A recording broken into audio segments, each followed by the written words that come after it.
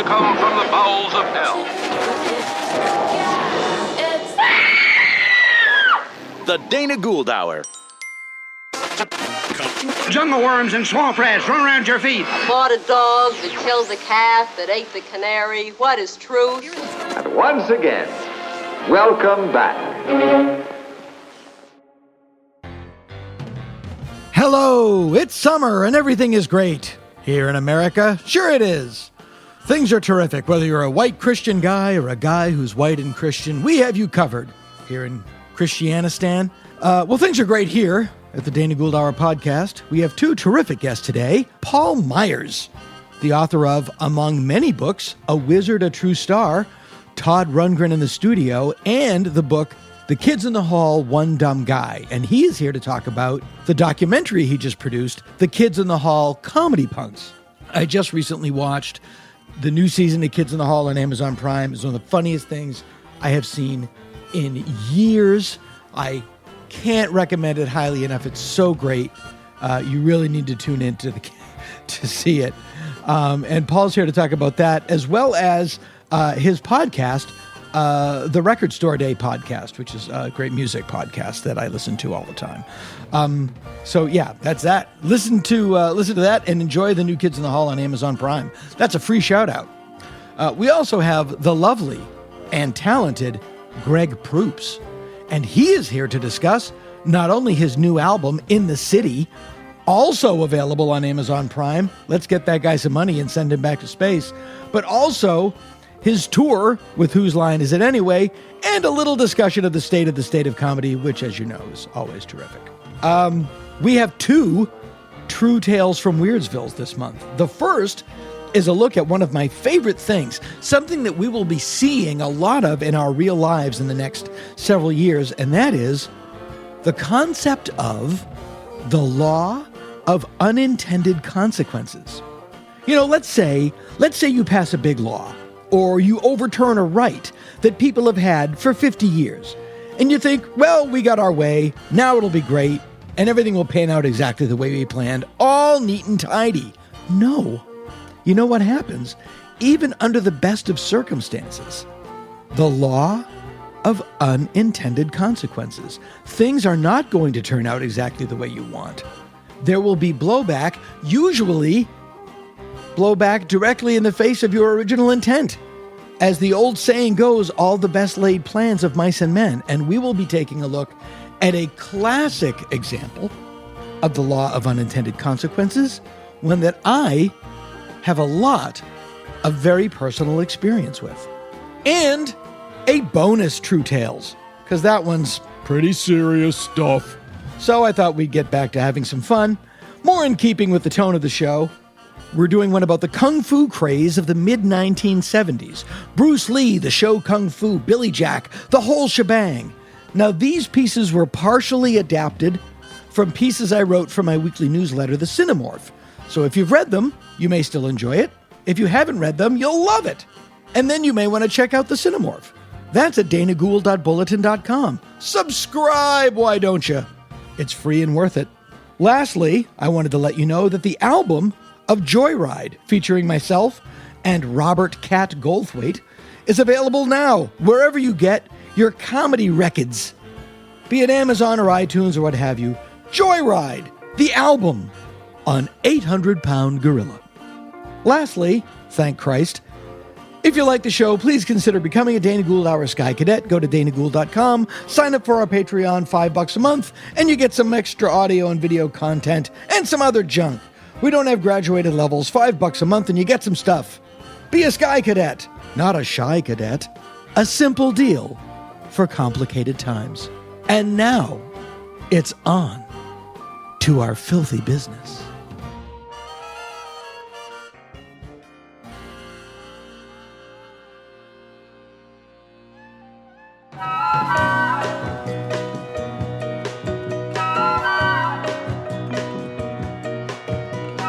Tune in, it's a gas. It's the Dana Gould Hour podcast. The Dana Gould Hour. Free and worth it.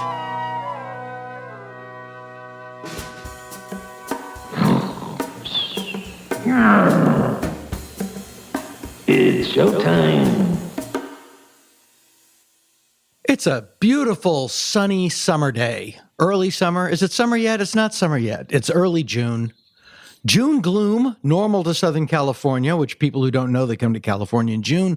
They expect it to be summer, and it's gray and cloudy every day until about 12 o'clock. And then it burns off and it's gorgeous. Not today, though. Today was sunny from the start. And it's a beautiful day, and I'm talking to a friend, let's call a friend of the podcast.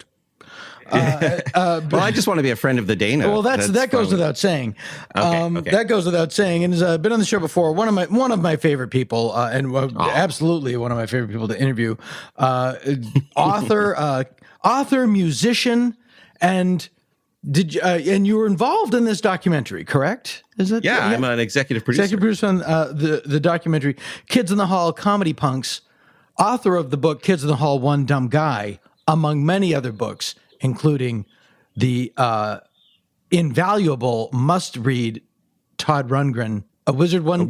It's a Wizard, a True Star, Todd Rundgren in the studio, because I wanted it to be a hard title to remember. A Wizard, a True Star, yeah. And it works. You're talking to the man who came up with "Let Me Put My Thoughts in You," so you're in good company. Please welcome Paul Myers. Hey, hi, Dana. Okay, I'm good. I just want to add to June gloom, which we have up here in the Berkeley area. Mm-hmm. Faugust is the next month. Faugust, yes. So you got June gloom, then July, which is it's sticky and hot, and for some reason nobody likes it, and then Faugust. It's like, and then the October is the hottest month of the year up there. The first 3 weeks of October, last week of September, first 3 weeks of October are like, oh, it's summer, but I'm trying to buy a pumpkin. And being from the East Coast, and I think you are too, right? Yeah. So the people complain here when it gets warm, and I'm like, no, this is summer. We had this. Enjoy it. They want to recall it. They're going to recall summer here. So I just saw, and I have so many feelings about the new Kids in the Hall series and the doc that you made. All of them positive, Thank many of them narcissistic, because it's so it's their trajectory and the time of their trajectory mirrored mine. Although I'm not as famous, but it was the same year. Yeah, 89 was really the year that I kind of plonked, and kind of the same thing, same age, same thing, same music, same books. But it was really fascinating. The Kids in the Hall, if you haven't seen it, have a new series on Amazon, and they did 8 new episodes. Their last sketch series was 1995, 94. Yeah, 94. I think it finished up in 94, 95, and 95 it was still trickling out, but there's a whole thing about that. But yeah. And then they come up with a new series. They do tours, and they do Death Comes to Town, which we'll talk about. But then they do a new series on Amazon. And I was blown through the couch. These guys have not missed a step. Mm-hmm. And because you have these bands, they come back and it's just, it's just never as good. I'm going to throw a name of a song out, Free as a Bird. It's just not as good. Occasionally, I think X's Alphabet Land is as good as anything they've ever done. But the new Kids in the Hall series really just blew me through the wall, and just not only how good it was, but still the cutting edge of what you can do in sketch comedy. I defy anyone to go farther than they did in the first sketch of the first season. Yeah. and it certainly will not be me. And Comedy Punks, which is there's a documentary about him that I guess it's sort of a companion piece to the series. Yeah, it's a 2-part documentary that got sort of released a week after the reboot series. Right. Yeah. Was the doc first or the series first? Well, it's an interesting story, which we can get into. I just want to say, by the way, the big credit goes to director Reg Harkema, who Nick McKinney, brother of Mark McKinney, and I had talked about making a film combining my book and his nascent film that he was making, and then he kind of wasn't sure what he was doing, and he does other films. So we waited, and then we had a meeting with Reg Harkema, who had done this film about Alice Cooper that we liked, which might seem like a leap, but it actually makes perfect sense. It's not, yeah. Yeah. You needed a rock and roll director to cover The Kids in the Hall. Yes. And Reg, what is Reg the Alice Cooper movie? Oh, the movie is called Super Duper Alice Cooper. Is it available? Best title. Now that's a title. It might actually. Yeah. There you go. And I think it is actually. I wish I was here to know exactly where it's one of those things that probably is on Prime. Yeah, also, that sounds great. I don't know. It might be on Netflix. But anyway, it was one of those. There's a company in Canada called Banger Films that does a lot of like music and predominantly metal documentaries, and it was great. And can I just say though, specifically, what I liked about that film was he took everyone who knows Alice Cooper's thing knows that his father was a preacher and that he loved Boris Karloff, and that's how you get. Similar to Jim Steinman loved opera and Little Richard, and that's how you got Bat Out of Hell.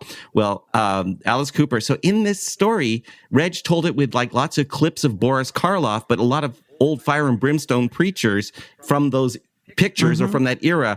And it ends up really painting a picture of, the reaction to Americana that Alice Cooper is. So that's Alice Cooper. Yeah. And that's what we liked about that. And I love that simple math. I mean, obviously, it's painting with the broadest possible brush.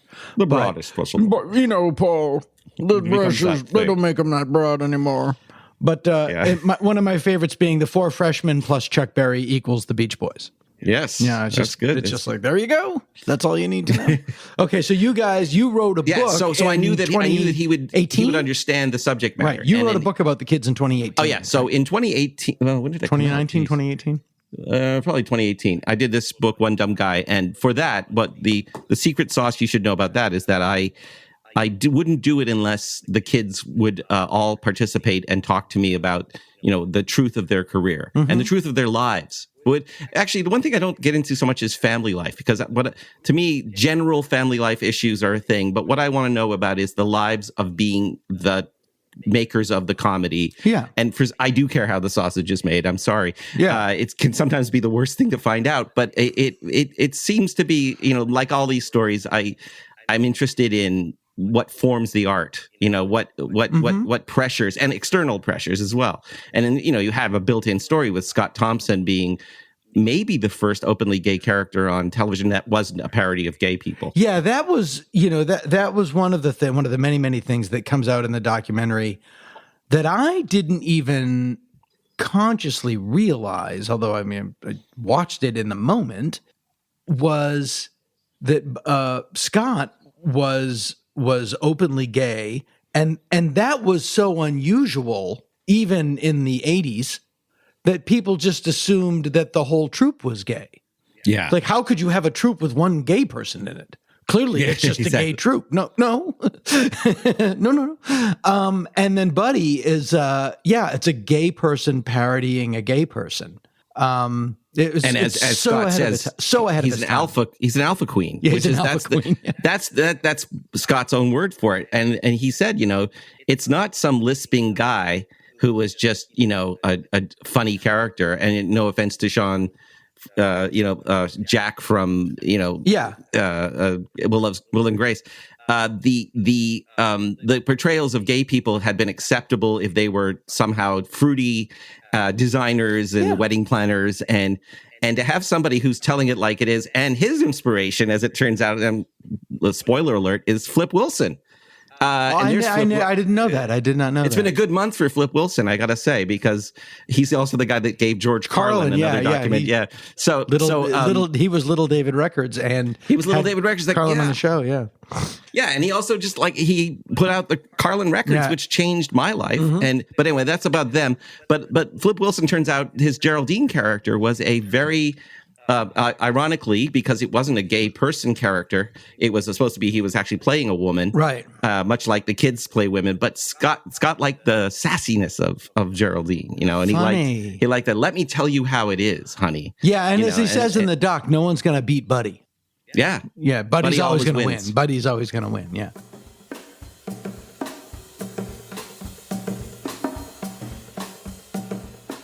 Okay, can I just say what I love about the new series is it's you touched on this, which is it's the age appropriate version of what the kids in the hall do in 2022, which is they're not putting on cake makeup to look like they're 21 anymore. And they're playing characters that are their own age. And they have the best sketch I've ever seen about a Zoom meeting. Like it's not an oldies show. Yeah. It's totally current and beautiful. And Frank Conniff tweeted this, and it was the best tweet of the year. Was like, I love the positive response to it. It is such a fuck you to the innate ageism of so much comedy, as specifically Comedy Central, but not entirely Comedy Central, where if you're over 35, you're considered a corpse. 'Cause people don't care. I don't care how old the person is that makes me laugh. And, when I was in high school, I laughed at the Marx Brothers. It didn't throw me that they were older than me and many of them were dead. And that's just cynicism of people that are executives that have no passion for what they are executing. But it's so like I stay very up on who's new and who's funny and what's going on. Because of my kids, I have to.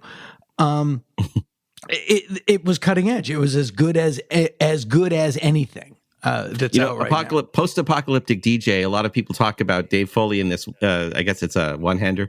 Is what they call it in the business. Yes. The DJ thing. What was good about that was it referred to both sort of the COVID lockdown thing, but also that sort of that unspoken event. I think Mitchell and Webb had a sketch about a game show that takes place in a bunker where they kept saying the next two questions are all about the event, and because that it's like what happens, right? Nobody talks about 9/11 in terms of like that day that two planes hit the buildings, and they just call it 9/11. It's just the thing now. The thing that January happened, 6th is a thing. Those things are things. They're just quick catch-all names, and you don't even know what you mean. So to have this post-apocalyptic DJ, and then I don't want to ruin it if you haven't seen it, but to have him have one record that he relentlessly goes back to. It's also what I love about Alan Partridge.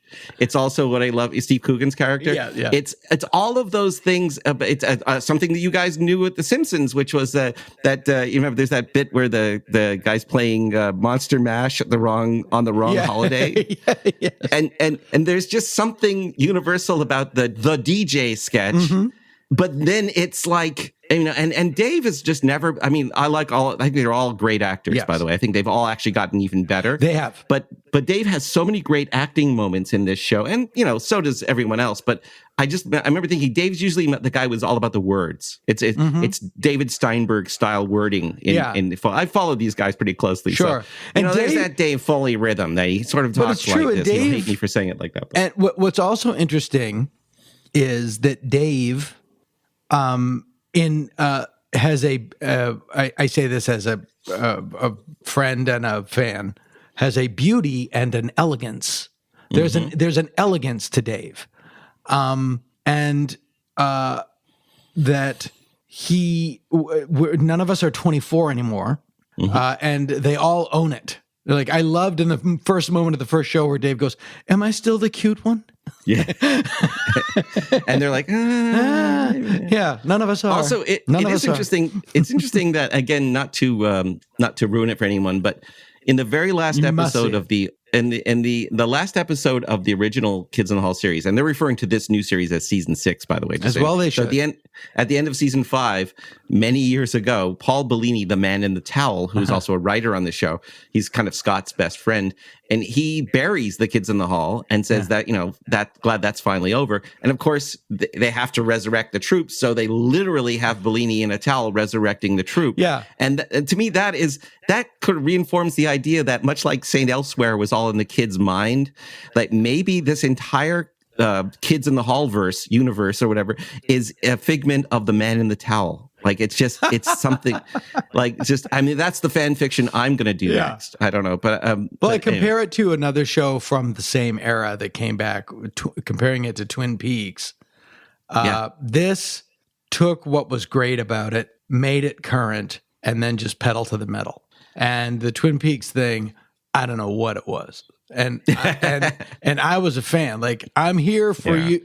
I'm here for you to lose as a fan. Like, yeah, exactly. Mission accomplished. Now, judging by your comments about Free as a Bird, I would say that maybe what the Kids in the Hall did right was they didn't bring Jeff Lynne into it. Although, can I just speak up? And working from a demo, as you know, their hands were tied. Oh, well, that's okay. On a very serious note, thank God all 5 kids in the hall are alive. And as you see, I'll bring it back to my documentary or our documentary. Scott nearly wasn't alive. And the fact that he's beaten death, it looks like twice in his life that I know of. One in a school shooting when he was a kid, which I had no idea. Let's unpack this for people that don't know. Scott, Scott Thompson, member of the Kids in the Hall, it was openly gay when nobody else was openly gay, unapologetically so, as well he should be. But at that time, like he wasn't closeted. It was.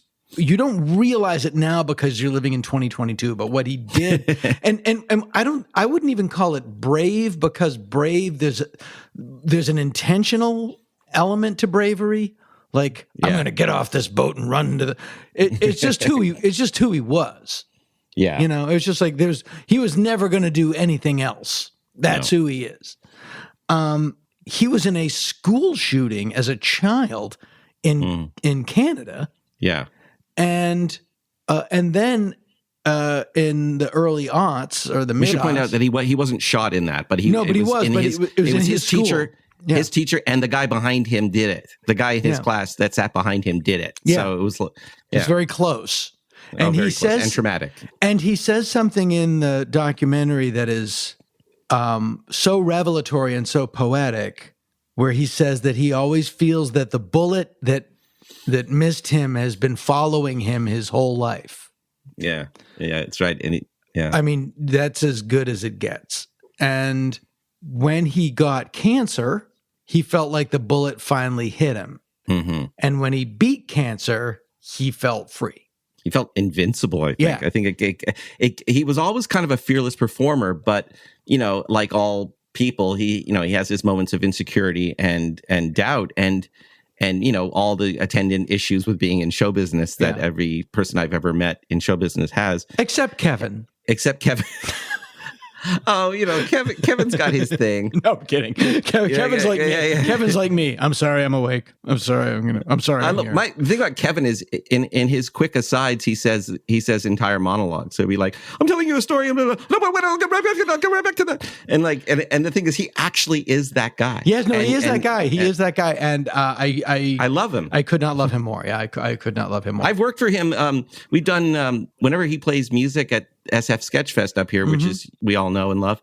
He quite often will hire me to come in and play guitar because I know the guys and I know how to play the guitar. So that's a good fit. And my favorite things are the night before we do like a run through, like usually in a hotel room where I just have the guitar and we're just good. And it's like I can't stop laughing. Yeah. And like yourself, sometimes I get like, and maybe I'm speaking of myself nicely here, but I get funnier around people like him because, sure, of course. because there's nothing more fun than making Kevin or you laugh. Yeah. And it's like 100%. And I still can't believe I know them. Yeah. You said that in the book, in my book, One Dumb Guy. Yeah. Which you're in. I can't believe it's weird that I know the first episode I emailed Dave. I was just like, and then I was so happy I could that I know him. And I was like, it's amazing. And so Scott, and not only does Scott get this intestinal cancer, non-Hodgkin's lymphoma, right? And we should say he's completely fine, and better than fine. Mm-hmm. But he, at the time that he's recovering from it, the Kids in the Hall are filming a series that they did that's specifically about death.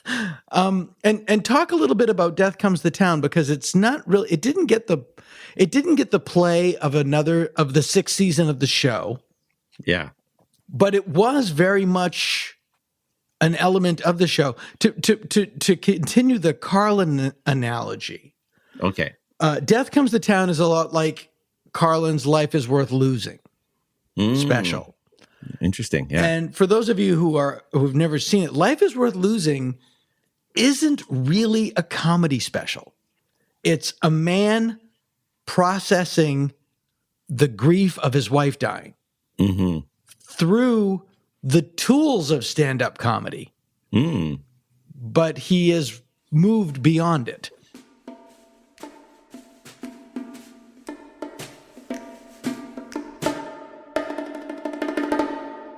There are artistic expressions that are specifically about death that are gripping. I also think that Lou Reed and John Cale's song Fredrella is in that category. Yes, very specifically.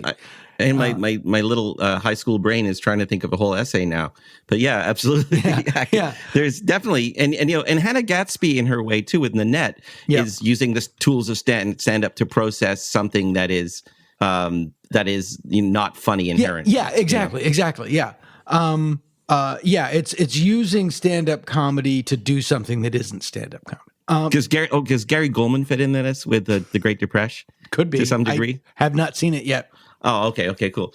By the way, I just want to say while we're talking about that was directed by Michael Bonfiglio, and Judd and Michael did this American George Carlin. Yeah, that on HBO. Because since we're plugging the documentary that I made, I just want to talk about feeling like lucky.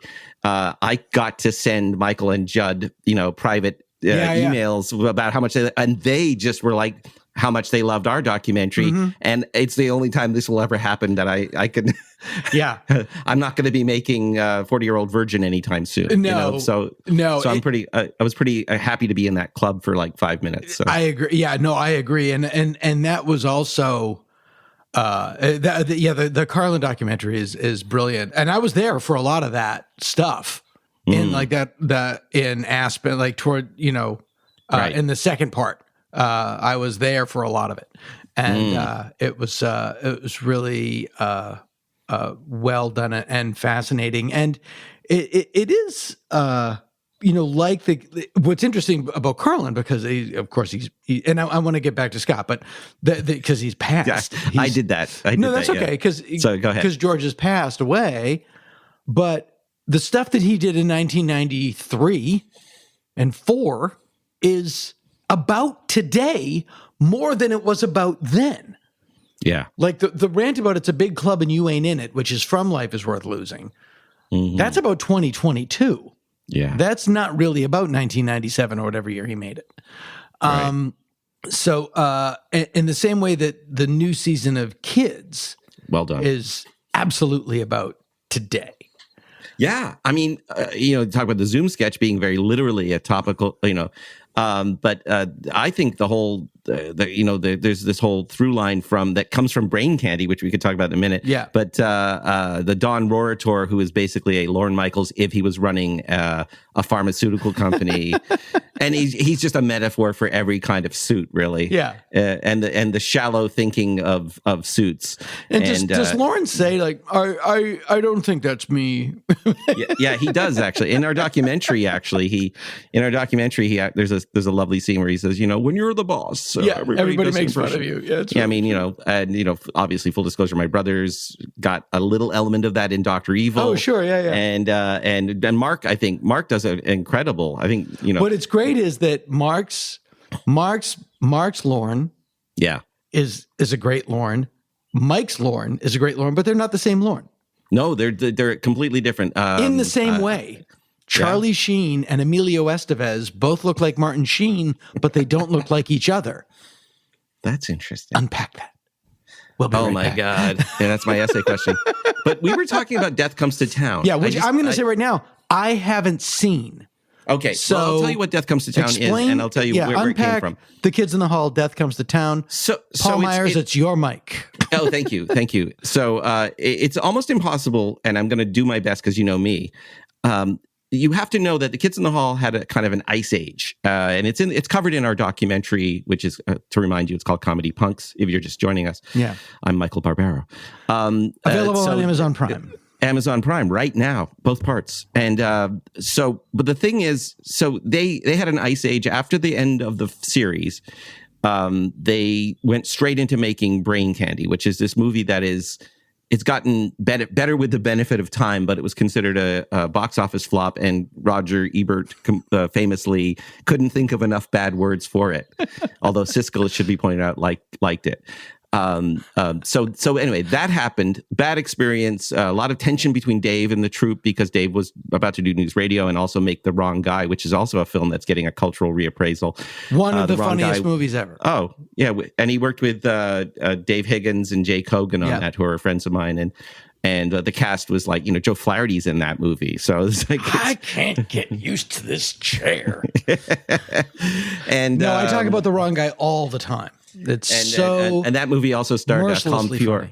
Colm Feore is a Canadian actor who played Pierre Trudeau in another Canadian miniseries. So that's kind of an interesting connection to Canada.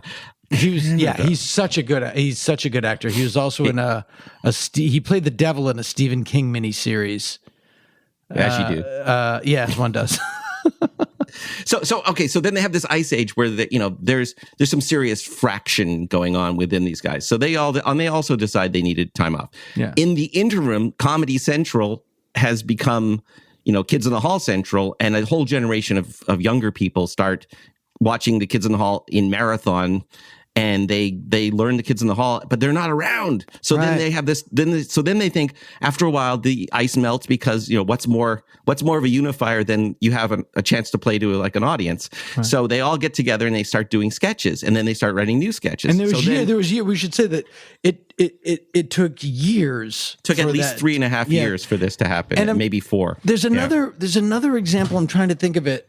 I've been a band where they became bigger posthumously, and they were still together. There's another. I'm trying to think of what it was. It'll come to me. Yeah. But it's like after we broke up, people discovered us. Yeah. Well, the Replacements, I think, never really broke up, but when they did their reunion tours, they were lauded, even though I don't think, I have to ask Bob Mayer this, but I don't know if they ever had like a number one.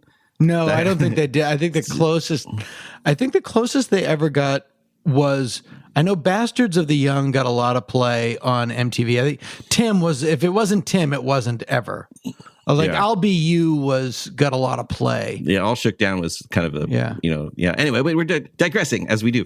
By the way, this is what it's like with me and Kevin, and to some extent Dave, when we talk about music. There's this and I love it, and I absolutely love it. But so then the Kids in the Hall, so they start. So after a while, they start writing original material for these tours. So they're doing new sketches, and then they get a Canadian Walk of Fame ceremony in 2009, I think it is.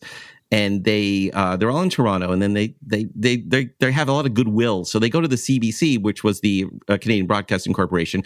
Ironically, you can't see it maybe if you're not watching, but I'm wearing a CBC T-shirt. They originally were one of the funders with HBO of the original Kids in the Hall. So they went back to CBC, and they said, we'd like to do a miniseries, and they decided they would make it a narrative story rather than a series of sketches.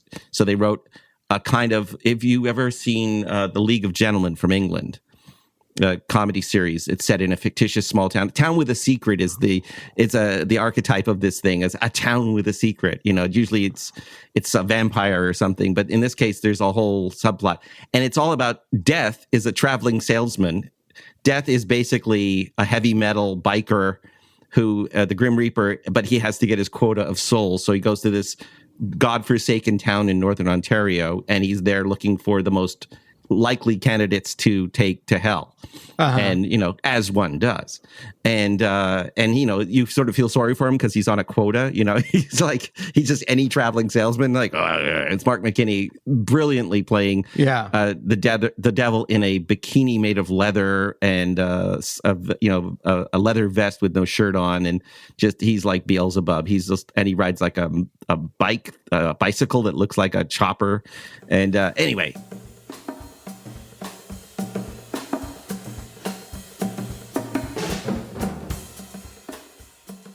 So they created all these characters, one of whom was bald, like alopecia, much like NoHo Hank and Barry. And the reason being that Scott was going through chemo at the time and said, Right. let's have one character where I don't have to wear any hair. Right. He's going Yeah, through, and he's doing, and it's also interesting because it's narrative. It's not, I mean, there's sketches. It's kind of like the meaning of, well, it's not like the meaning of life, but they work sketches into it, but it's actually a narrative. Yeah. More like Holy Grail, I guess, in that way. Yeah. Yeah. Or Life it's of actually, Brian. it's sketches weaved into a narrative. Yeah. and then it was I think that's what they call it, is a vehicle or delivery system. Yeah. You know, yeah. And it was, and then Scott not only is going through chemo, but he's doing these sketches about death. It had to have been bizarre. And it was. I mean, and you know, and one of the most touching moments in it is when Bruce describes having to tell Scott that he's going to make it. You know, like I believe you're going to make it, and I won't ruin that for you because it's, if you haven't seen it's an amazing moment in the documentary, and Bruce is the one member of the troupe. I think I met him once. I don't know him at all. I met him once super briefly, but it does seem from afar as a fan, he has evolved tremendously as a person. And I'm not saying that in a way to shit on him. It's just like, he just seems a very different guy than he was. Yeah, well, Bruce's reputation has been because of his, you know, he's always clung to sort of being punk rock and you know, what do you got, you know, rebel without a cause. And I think that he would have seen it as, I'm speaking for him, I shouldn't. Sure. But I get the sense that he didn't want to be sentimental and goopy in public. But in this documentary, he lets his facade down and shows us what it's like. And they all do. I mean, I got to say, Scott Thompson in this documentary, he's just a great storyteller. And I always loved his work, and I think he's a great actor. But when he is describing his life and the rhythms he uses to describe, it's like what I loved about Spalding Gray almost. It's he's got this very, you know, like he says, we wanted to show our fathers we were men, and then he pauses and you can see it's as though he's thinking of it for the first time. He goes, we wanted to wanted to show our fathers that we were men. Oh, by dressing up as women. and it just and he does it. There's another part where he does it too, where he talks about like, and he does this thing where he looks, he says, the first time I realized I wanted to do comedy, and he goes, it was meeting the kids in the hall, because he joins them already in progress. Right. So just that to me, you know, is just, also Dave in the documentary says, they said about the fraction time, the horrible fighting time, and Reg off camera says, "Did it feel like a betrayal? Did it feel like a betrayal to you?" He goes, "I don't think it's as much felt like one as it was one," which is like, if you know Dave, even if you don't know Dave, that's funny. But knowing Dave, that is like the dour wit of Dave Foley. You know, they're all I still great don't know in the if he was documentary. saying, did they betray you or did you betray them? That was the other question. No, I took it. Maybe I know too much, but I know that he felt extremely, and you know, and there's this whole love story, and I say brotherly love because, and not because I. No, it is. It's such a love story. It is and that moment that unspoken moment that we're talking about with Bruce is the perfect one. It's like, you know, being in a band, being in a group, you know, it is a marriage. Yeah. And like a marriage, said the man getting married in 2 months. And congratulations. Thank you. I've got to find somebody to the date. That's like when I go into a store and they say, "I'm just looking for my wife," and they go, "This one will do." But anyway, that it's great, but it is also to be cynical or perhaps wise. Age has given you that wisdom. It also becomes a decision. We are going to make this work. Yeah, we are going to because we have all been taught by movies that there comes a time when it's happily ever after, and that you reach a point in every rom-com where you're married and then it's over and then it's all easy, and that's baloney. And you have to make a decision of, we are going to make this work, and it is as you know, you are successfully married. it's constant work. It's not unpleasant, but it's like an analogy. A garden is a great analogy. You gotta tend to it. You can't leave it alone. I think being present is the term you're looking for. Yeah, because I think one my thing is like I do feel like I have I feel secure and strong and safe in my relationship, but I don't want to get smug. I don't want to gloat to tell anyone here's how it should go. I don't want to use my lord it over anyone. I don't want to make single people feel bad if they're not if they're looking for someone.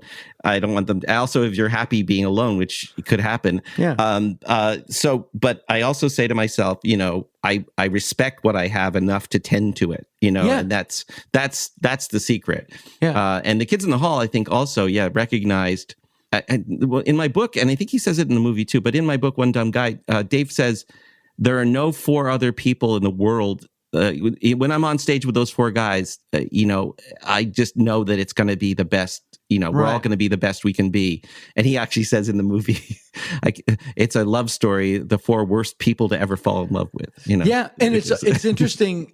That's in what I love about that, keeping the music. And the kids are all right. Roger Daltrey says the very same thing about The Who. Because you couldn't find four more horrible geezers. But it's like, we're in this, and we're in this, and we're going to make it work. And there was that late 90s, early aughts separation, and the way, and again, I hate to they all have alcoholic dads, or not all of them, but many of them, mostly, and predominantly not Mark. His father was a diplomat. Just probably worse. That's his thing. That's his thing. But just like there were so many analogies to my experience. I think that's why I feel so connected to them. Right. And you see them arriving at these realizations at the same time I did. It's like you get to a point in your life where you go like, yeah, that happened, that sucked. Anyway, you can no longer be defined by the damage that was done. Albeit unintentional. Unintentional for sure. Yeah. How then shall we live is I guess it's some kind of rabbinical thing. I am not in fact Jewish, nor do I play one on TV. Yeah. But I do love rabbinical sayings sometimes, just because they're they're like Buddhist sayings too. Yeah. Another one. Why is it always so cold?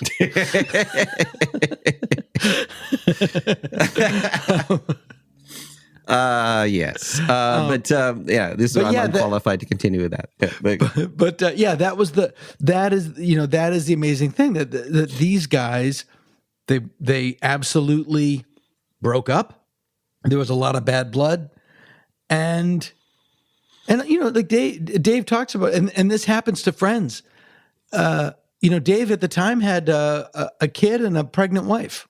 Yeah. I was like, dude, I'm following them. I'm going where the check is. I have no choice.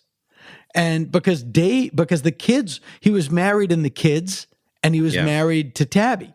And you sometimes you can't do both.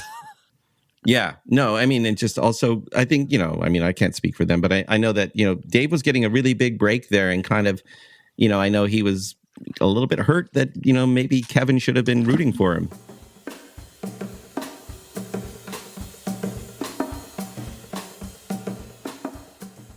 I have chronicled the entire story to the point where I now understand almost everything about, I don't say I can speak for them at all, but the opposite, which is I think there's so many versions of the story based on who you're talking to that I'm going to avoid. Canadian Rashomon. Yeah, yes, exactly. Canadian standoff. I'll compliment you first. No, I'll compliment. Yeah. I just heard the greatest joke. I just heard the greatest joke. I'd never heard it before. How do you get 50 drunk Canadians out of a swimming pool? Go for it. Like, guys, could you please get out of the swimming pool? Exactly. Oh, sorry. Sorry. It's just we were a little drunk, eh? Sorry. Yeah, the Molson's was free. And we a couple of Molson Goldens. Oh my God! But have you and you've spoken to, obviously your host of them. They must be incredibly happy with the success of the sixth. Oh yeah, they are. You know, they'll. And I noticed that Bruce is doing a lot of things. Bruce went to the Rivoli. He's doing a one man show in as we were speaking. I don't know when this is airing, but he was doing his one man show, Tales of Bravery and Stupidity in New York at the Soho Playhouse. But I saw him do that at Sketchfest in San Francisco a couple of years ago. It's a really poignant story. But he also went back to the Rivoli recently for a plaque. The Rivoli's the nightclub that they started kind of a cabaret. It's a big part of the movie, by the way. Big part of the documentary is we interview them in the spot, so it's like the Beatles going home to the cavern, if you will. And they talk about it, and they talk about it in such a way that it's my favorite part of my career. It's my Rivoli era. Is like, we're in our early to mid 20s. We're just figuring out who we are. We're just really individuating. We've found our culture. We found the Island of Misfit Toys. And the Island of Misfit Toys is a neighborhood where we, you know, all the cool stores, all the cool record store, all the cool things, the one it's where we all went. Right. And we were the cool thing at the cool place, the cool neighborhood at the cool time. And the world is one block, and it's heaven. Yeah. Like, I know that. I remember that feeling. It's such a beautiful period in everyone's life, and everyone deserves to have it. Yeah, and it's for them. It's also like what the factory was to Andy Warhol. Like, it's a physical location where they basically made it their lab. It was where they created. You know, it's their college days. It's everything. It's everything that you know about the Kids in the Hall was drafted in the back of that sweaty nightclub, and they made that place their own. And that's where they first had the idea of using rock and roll interstitials as music between sketches, and you know, all of those things that seem so logical now. Nobody was using big note twang guitar until they brought the Shadowy Men on. Shadowy Men on a Shadowy Planet. Shout out. You know, so anyway, so Bruce is playing there at the end of this month with Brian from the Shadowy Men, and he's doing a gig there. And he also went to the unveiling of the plaque. They have a little plaque there at the Rivoli that, you know, on this site, the Beatles recorded Abbey Road. I love that the Rivoli's still going.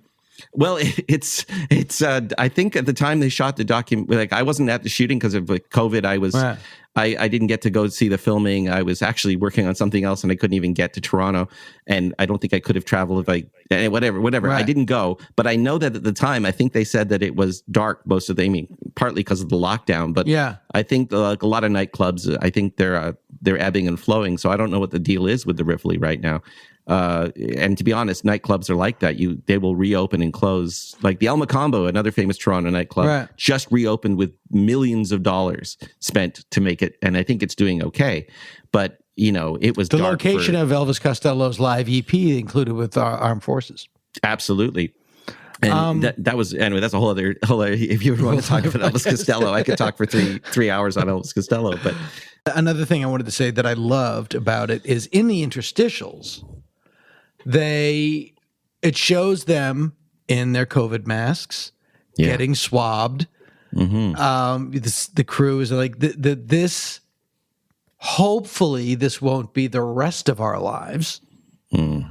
But it's like, it's so, in 20 years, people watch that and go, oh yeah, fucking masks. No, hopefully they'll say that. It's also, interesting they didn't of its time.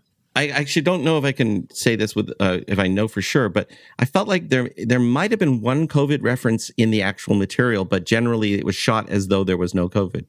Yes, which is, and it's interesting because they're not known for specific topicality, more like era topicality usually. Yeah, well, that was that was the difference between the Kids in the Hall and Saturday Night Live. Yeah. At the time, it was not topical. It was, it was if you look at if Saturday Night Live was political, Kids in the Hall was socio.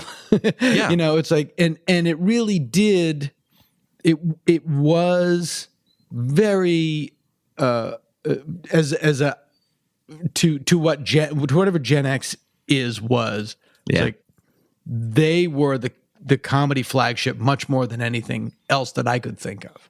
Yeah. Like when I saw the show for the first time, everything about it, the way they dressed, the way the Shadowy Men was such a big part of that. I was like, oh yeah, no, these guys this is my tribe. I know these guys, even though I didn't know them at the time. It's like, I know these guys. And the sketches about the parties they were at and the places that they went, it was very, very specific about a generation. And the beautiful thing about the new show is it completely goes where that generation is now. You grow with your audience.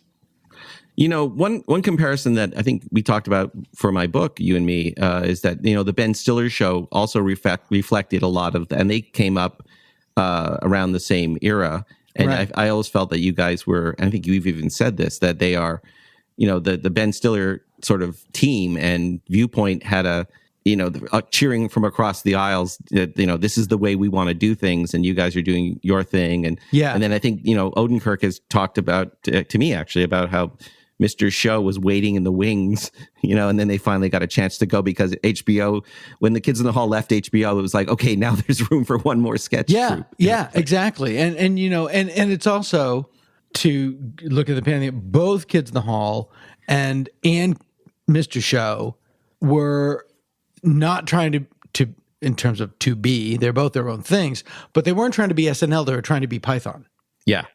You know, that is still that Python still is the Beatles of comedy. It's like that's as good as this thing gets. That's what we will aspire to be. Yes, and the Beatles are the music of no, I forgot. The Beatles are the Pythons of music. That's it.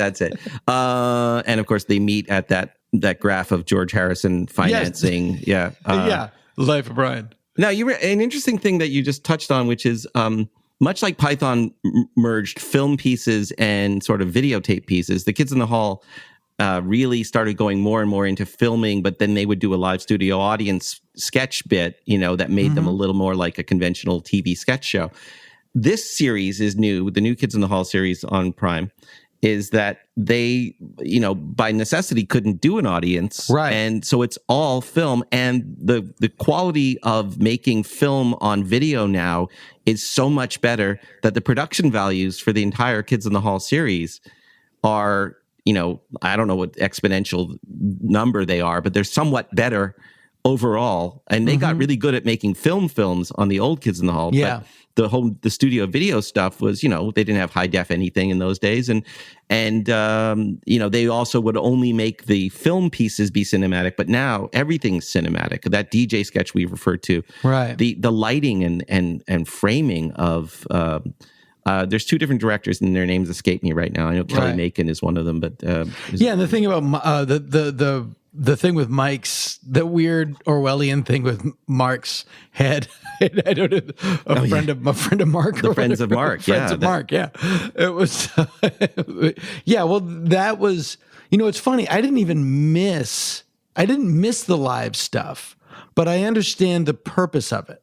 I understand the purpose of, and they touch upon it a little bit, that showing the kids in a theater doing sketches for an audience puts the show in a place. It gives the show a location.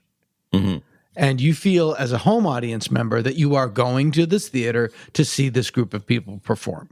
Right. You know, and that's important, that the TV is often a physical destination. I'm going to Cheers. I'm going to 30 Rock. You know, it's like, that's kind of a part of it. But I didn't even really even miss it this time. I think also because it was open about the fact that, you know, even though they didn't talk about COVID, we all know where we are right now. And a live show would be odd, you know?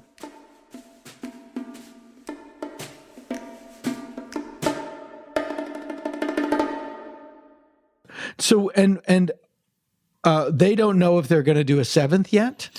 You know, there was a small campaign that I saw launch where people were saying you need to let Prime know that you're watching, you know, because I did. I was part of it.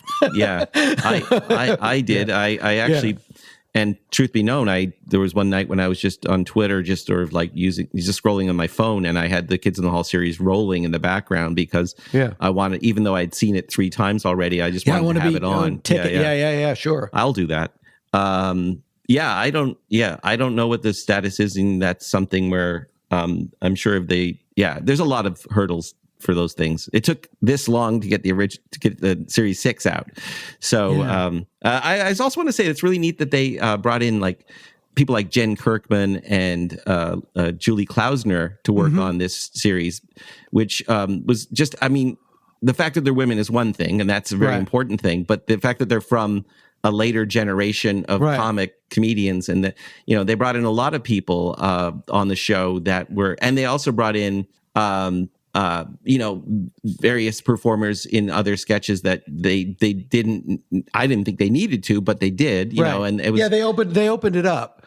They opened it up. And I also, and I like, to what you said, that they like, the comedy landscape has changed. Like, and I can't really point to anything that the Kids in the Hall did that now is like, to use the sweaty term, can't do that now. Well, you know, you should talk to Scott Thompson about that. Well, I know there's, you see some of the things in the doc that like, that might be problematic now. Yeah, there are things from the original series that definitely are of their time. Yeah, but that they don't, that and this is as it should be, and it is sadly rare that they embrace it and they don't bitch about it. Yeah. You know, there's such a movement in a certain element of comedy right now that is just complaining about wokeism as if that's a bad thing. Yeah. And all I hear when I hear it is Jack Benny and Bob Hope making fun of the Beach Boys. It's like, yep, it's always, the only thing that stays the same is the fact that it's always changing. Yeah, or Milton Berle bringing Elvis Presley on and then having a hound dog. Yeah. It's like, we at a certain point you have a choice. You can stay Kermit or you can become Statler and Waldorf, and it's really up to you. I saw Scott Thompson do a bit in Austin. We went to South by Southwest with the movie, and they were all down for it. And Scott did improv, actually stand up, and I don't know if I should give away the bit, but actually he did a bit that was just about, you know, the political correctness issues of aliens coming to the Earth and seeing how they've been portrayed in movies. And it's one of the best. It's one of the best. I'll just give you the two words: cultural appropriation. And that's. But I want Scott to do the bit. Yeah. But that's one of those bits. I'm like, God damn it! It's a great idea, right? Think of that bit? Well, I mean, I would love to see it. Maybe it would come in the second new series, the 7th season. But again, I feel bad for even leaking that much of it. But I remember when he actually ran the routine for me and Nick McKinney and Reg Harkema back at the hotel we were staying at in Austin. And we were like, oh my God, that's so good. Like, you know, you have to do that. You have to do that. And then in the new series, I hadn't seen the new series at that point, but there's that sketch about the guy who wears the clown shoes to work. And I feel like that's them talking about all of those issues. I mean, and again, you can do it, right? Yeah. You can be, I consider myself somewhat progressive. Yeah. I consider myself somewhat woke, and I don't apologize for that. I mean, woke just means I'm trying to be aware and conscious. Yeah, that's all it means. And it's a testament to, it's a terrible statement about that can be made a swear. I put down, But the other thing is, it's always been the case. It has never been any different. It has never been any different. You know, there's always been that voice in our culture. Unfortunately. You know, and again, also being Canadian, I live in America and I'm a U.S. citizen as well, dual citizen. But, you know, I know that Canada is not the utopia that even Canadians think it is. And you know, we have a huge history with an ongoing history with the way we dealt with or treated First Nations people and all those issues. And, you know, I always just think, you know, before we all get super smug about that, this is me. Maybe that's the Canadian thing again. The true Canadian position is to not want to be smug. When I was in a band as a kid, I was in like a garage band, and I said to one of the guys who was setting up our amps, which we called a roadie, and I said to him, when we become rock stars, make sure that you keep my ego in line, man. Like I'm like 15 and playing behind a church basement. So I'm playing in a church basement at the back of the church basement. When we become Rush. Yeah, exactly. Well, and that's, talk about Rush were to us what I think Run DMC was to kids in Hollis, Queens. Like, sure, he's like, you can do that? You can come out of Willowdale, Ontario, and be a massive rock band. But that's a whole other show when we talk about the whole. Show. That's the Canadian. That's sort of the Canadian ethos. It's just like, unfortunately, you're the wingman to this loud gas bag. But to bring it back to the kids in the hall, talk about representing. The kids in the hall, especially for me, I'm from that scene that they're from. I was a musician playing all of those venues. I went to see the first Kids in the Hall shows at the Rivoli, and maybe what that years were those? 84? Yeah, it was. You think I would know, being somewhat of an expert. 84, probably. Yeah, that sounds about right. Actually, that's perfect. They're true tales from Weirdsville, tales from Weirdsville, and they're true. Can your heart stand the shocking facts? On June 24th, 2022, the Supreme Court of the United States, like it or not, threw 50 years of precedent out the window and overturned Roe v. Wade. Now, whatever your opinion of that decision might be, one thing is inarguable.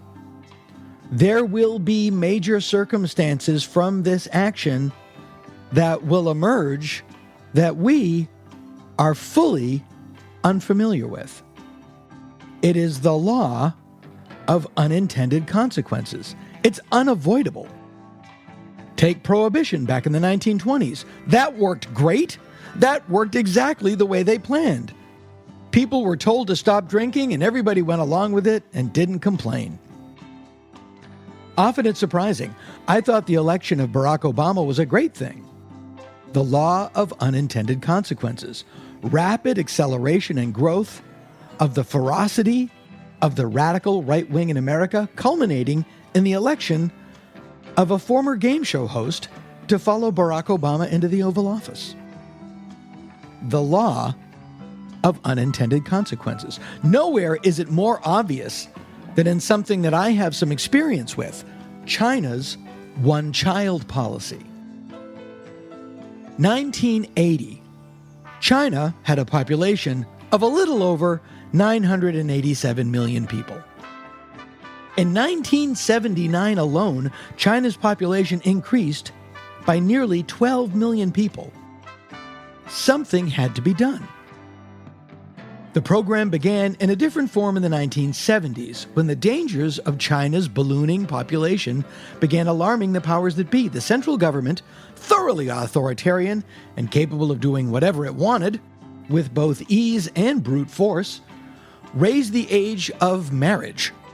It also dictated that couples that did get married and had kids had those kids spread a little farther apart. The effect of those rules had some effect on the population, but not as much as the government wished, so they doubled down. In 1980, China's central government announced, that's how they make laws over there, the government just announces them. Don't worry, we'll get there soon. They announced the one-child policy. Designed to get China's populations under control, it imposed a draconian rule across the country. Every family gets one kid, and that's it. And if you have more than one kid, there are financial penalties. Financial penalties that most people in China could not pay. The one-child policy was accompanied by a massive nationwide propaganda campaign, telling citizens that they were doing their patriotic duty by having only one child. Chinese media began portraying families with one child as normal, ideal, and families with more than one child were painted as unpatriotic and somehow deviant and unseemly. A Chinese woman who grew up during the era of the one-child policy talks today about the shame she felt having a younger brother. After the establishment of the one-child policy, once a couple had their only baby, the woman would have to have a government-mandated IUD implanted, or the dude would have to undergo a government-mandated vasectomy. Can you imagine that? The government telling a person what to do with their body? Not in this Never mind. According to an article on the effects of the one-child policy reported in the New York Times, between 1980 and 2014, 324 million Chinese women received IUDs, and an additional 108 million were forcibly sterilized. Now, once a woman could prove that she had reached menopause, the IUD was removed. If, prior to that time, a woman was experiencing difficulty, she could not have her IUD removed without governmental permission. If the government denied that permission, she would have to go to get a back alley IUD removal, usually performed by a midwife. Once word got out about back alley IUD removals, the government began performing random IUD inspections. Hooray! Again, all this stuff we'll be getting to soon here in Merca. Now, after baby number 2 in China, if you just blew through the rules, mandatory sterilization. In some cases, the children were also sterilized. You know, just in case you didn't get the hint. Okay, problem solved. Nope. And now, the law of unintended consequences. To begin with, in Chinese culture, male children have always been favored over female children. There are psychological, cultural reasons as well as hardcore practical reasons, especially in rural areas. If you live on a farm or in a rural area, the cultural perception was that a son was going to come in a lot more handy than a daughter. Also, your financial security as you get older. In China, if you have a daughter, when she gets married, she goes off to live with her husband, and the husband lives with his parents. Hence the saying, Yang Fang Lao, rear a son for your old age. And even if you have a son, it presents a difficulty. This became known as the 4-2-1 problem. One son alone to support 2 parents and 4 grandparents. So if you have only one shot at a child and you have a daughter, a lot of very poor, desperate people thought, let's try again. This led to an epidemic of infant abandonment, disproportionately affecting girls, the sick, and the disabled. What happened to these children? The lucky ones were found, placed in orphanages, foster homes, and adopted out to families internationally. Families like mine. When we were in China adopting our first of 3 children, I was carrying my daughter in a Bjorn through a shopping center, and 2 elderly Chinese women approached us and started grabbing my daughter's leg and shaking it. They were smiling and they were talking. It wasn't aggressive, but it was weird. I didn't know what they were saying. And the guy that I was with told me that they were saying, lucky girl, lucky girl. And indeed they are. What about the boys? What about the generation of boys who were raised under China's one-child policy? Well, you tell me. As a result of the unintended consequences of the one-child policy, there are now 30 to 40 million more men in China than women. Figure it out. This has resulted in generations of men who want to have a partner, who want children. Hey, they might just want to have sex once or twice, but it ain't happening. Some of this has been alleviated through human trafficking from North Korea. So hey, you have that. A lot of these kids are psychological train wrecks. China now deals with a problem they have called the little emperor syndrome. Parents with one child tend to overindulge that child. It is a normal human response to having a child. And children who grow up without older siblings or not enough playmates suffer socialization problems later in life. They've grown up not having to share, not ever having to take the back seat to someone else's needs, never getting the shit kicked out of them by an older brother for no reason. They become, as they say, little emperors. When I was there was another name for them that roughly translated to children whose feet had not touched the ground. These little emperors often come of age with severe personality defects. They lack self-discipline, They have poor adaptive capabilities. Basically, a generation of assholes. In January of 2016, in the hopes of correcting the nation's crippling gender disparity, China abolished the one-child policy in favor of the two-child policy. And on May 30th of 2021, they announced the three-child policy. I guess it beats just admitting you made a mistake. Lastly, did the one-child policy solve China's problem? Yes, it lowered the birth rate.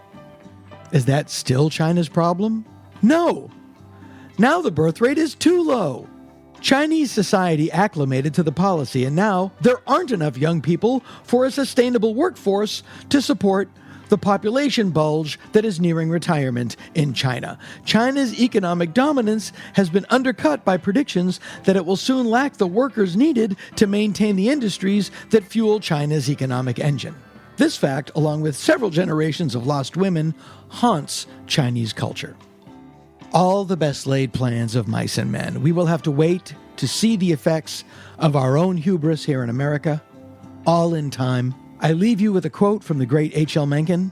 For every complex problem, there is an answer that is simple, elegant, and wrong.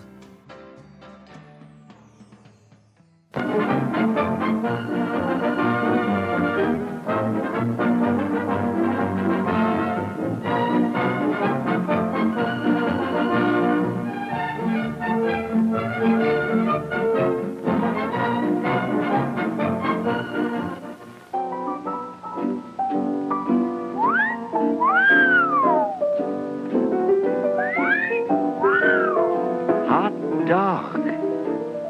Hot dog? Yes, sir. Yes, sir. The hot dogs at our concession stand do rate an appreciative whistle.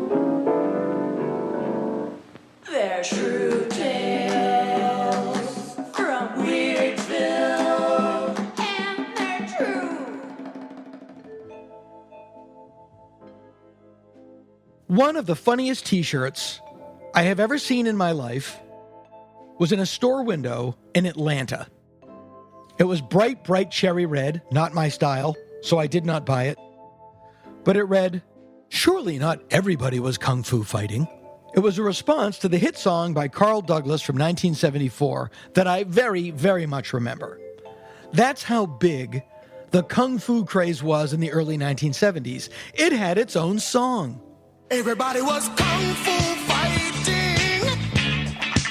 Those kids were fast as lightning.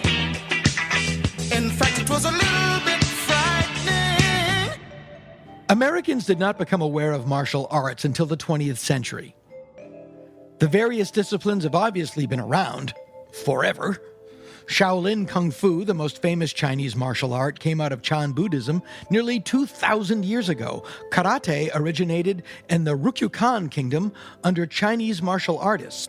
But when Japan annexed the kingdom in 1879, they annexed karate along with it, and it became a Japanese discipline. One of the first kung fu movies, Robbery on a Train, not to be confused with The Great Train Robbery, was made in China in 1919. Kung Fu became a massive part of the Chinese film industry in the early 20th century. One film, The Burning of the Red Lotus, had 17 sequels. It was the Fast and the Furious franchise of its day. But it wasn't until World War II that Americans became exposed to martial arts on a grand scale. After the war, martial arts began making appearances in American movies, usually as something that an American character picked up during the war. One of the best and unintentionally funniest examples of this is Spencer Tracy's utterly unbelievable one-armed ass-kicking in the otherwise terrific Bad Day at Black Rock. By the 1960s, most Americans had garnered at least a rudimentary awareness of martial arts, thanks to good old TV. British television had The Avengers, where both John Steed's female counterparts, Kathy Gale and Emma Peel, could chop and kick their way with the best of them. In America, Star Trek's Captain Kirk was skilled in the judo chop, as was Jim West from the far-out and groovy The Wild Wild West.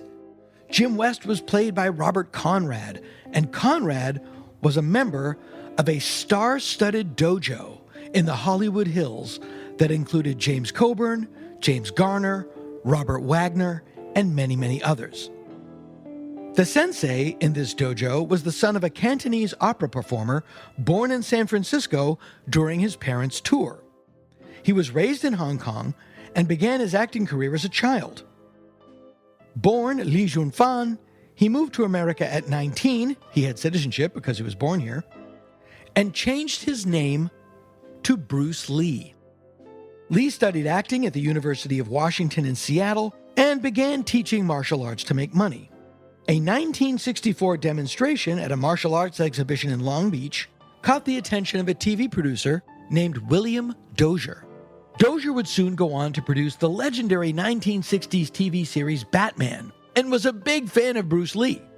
In 1966, Dozier introduced something of a spin-off of Batman based on the old comic book character, the Green Hornet.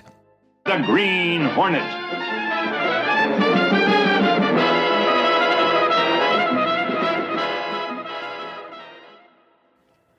Bruce Lee played the role of the Green Hornet's sidekick, Kato. And every episode, Kato used kung fu to kick several asses simultaneously. Now, the show's other producers and the network wanted Kato to fight in the typical American barroom brawl style of punches and shoves. This is odd, in that Lee was one of the world's foremost martial artists. Lee obviously refused. This decision led to an unexpected problem. Rumor has it that when Lee was first filming his fight scenes, he was moving too fast to be recorded by the cameras.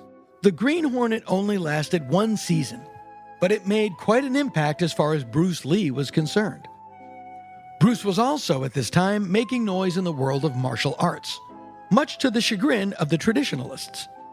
Bruce was developing his own form, called Jeet Kune Do. In an interview with Black Belt Magazine, the magazine of people who wear black belts, Lee said, "I have not invented a new style. On the contrary, I hope to free my followers from clinging to styles or patterns or molds. Basically, it was free to be you and me foo." And the classicists and the traditionalists were not happy.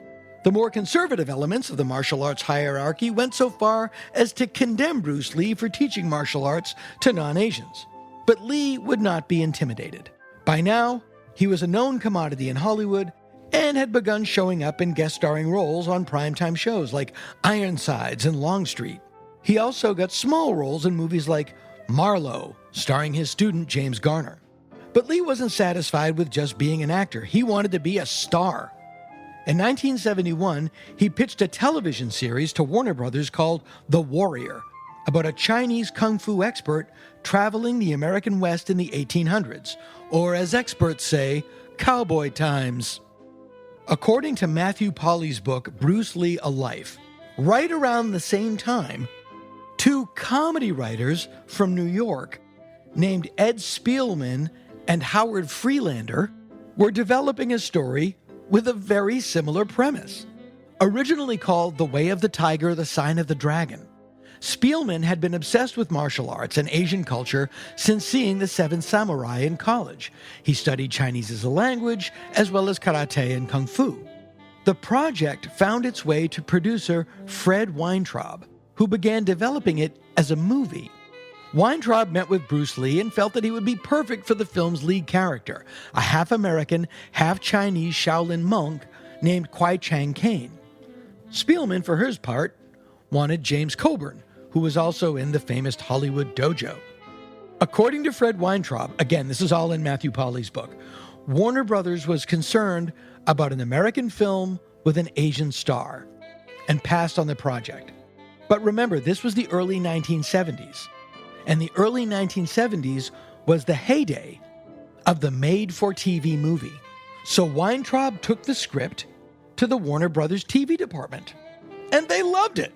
At Weintraub's urging, Warner Brothers TV executive Tom Kuhn met with Bruce Lee. Two hurdles presented themselves. One esoteric. Kwai Chang Caine is a quiet, cerebral, almost passive man. The whole point of the story was that Caine avoided violence at all costs, making it all the more sweet when he finally opened up his saddlebag of whoop-ass. Bruce Lee did not quite fit that image. That's why it's called acting. But the other hurdle was practical. Kuhn had a hard time understanding Bruce Lee's English and worried that the audience might not either. Now, could Warner Brothers have worked with Bruce Lee to ensure his acting was up to snuff to take on the role of Kwai Chang Caine? Yes. Could they have gotten Lee to work with a diction coach to mitigate his accent? 100% yes. Did they do these things? No. Do major corporations ever go out of their way to work around a problem when there is an easier, less expensive alternative? No. In this case, the alternative was simple. Cast somebody else. The role of Kwai Chang Caine would eventually go to actor David Carradine, the son of actor John Carradine. Carradine, of course, was not Chinese, and at the time had zero training in martial arts. Perfect! But it worked. That is not to say it wasn't controversial. Margaret Cho has a brilliant joke on the subject. That show should have been called, "Hey, that guy's not Chinese." That's Margaret's joke, not mine. The original made-for-TV movie Kung Fu aired in February of 1972, and it was a huge hit. It told the story of young Kwai Chang Caine being allowed into a Shaolin temple despite being half American, his subsequent training, and his eventual exile from China after avenging the murder of his master. The response was so positive that ABC picked the show up for 4 episodes. These would be developed by a writer named Herman Miller, not the Herman Miller chair guy, a different Herman Miller, and these were to air on Saturday nights once a month. Saturday nights in the early 1970s were owned by the CBS blockbuster All in the Family, and Kung Fu would go up against that. Thanks so much! The series depicted Caine's adventures as he searched the American West in the late 1800s for his half-brother Danny. The concept was basically The Fugitive, and it worked. Fun fact! One of my very first comedy bits was about the show Kung Fu. I was about 9 or 10. And I did make the observation that at the beginning of every episode of Kung Fu, Kwai Chang Caine would meet 2 people, one of whom he would eventually beat up. The choices were often easy. Will it be the guitar-playing nun or the evil prospector who keeps a blind kid in a bag? Monthly Kung Fu was a hit, which led to weekly Kung Fu, which would put martial arts into American homes as well as into Americans' kids' minds and onto their lunchboxes. In May of 1973, Kung Fu was the #1 show on American television. Take that, All in the Family, drawing a staggering 28 million viewers a week. This made a star of David Carradine. What of Bruce Lee? We will get back to Bruce Lee in a moment. The most interesting aspect of Kung Fu was that the half-Chinese lead character was played by a fully not Chinese white dude. As it turns out, white people found it easier to relate to other white people when it came to enjoying Asian martial arts. Is that a good thing? No. Is it admirable? No. Is it understandable? Sure. Whether your take on this is caustic or sympathetic, it is what happened. In fact, aside from Bruce Lee, some of the most celebrated martial arts movies of the time starred white people. Surprise! Case in point, Billy Jack. Billy Jack was the half-Native American, half-Caucasian former Green Beret and martial arts expert created by fully Caucasian star Tom Laughlin. He first appeared on American, largely drive-in movie screens in 1967's The Born Losers, and went on to chop and kick his way through 3 sequels. Laughlin was born and raised in Milwaukee, Wisconsin. He attended the University of Wisconsin, go Badgers, and eventually transferred to the University of South Dakota. While there, he met the love of his life, Dolores Taylor. Not only did Laughlin find his life partner in South Dakota, he found his life's mission as well. While at school, Laughlin witnessed the horrific treatment of Native Americans at the hands of local whites. Angered, he wrote a script detailing the adventures of a half-Native, half-Caucasian avenging angel named Billy Jack.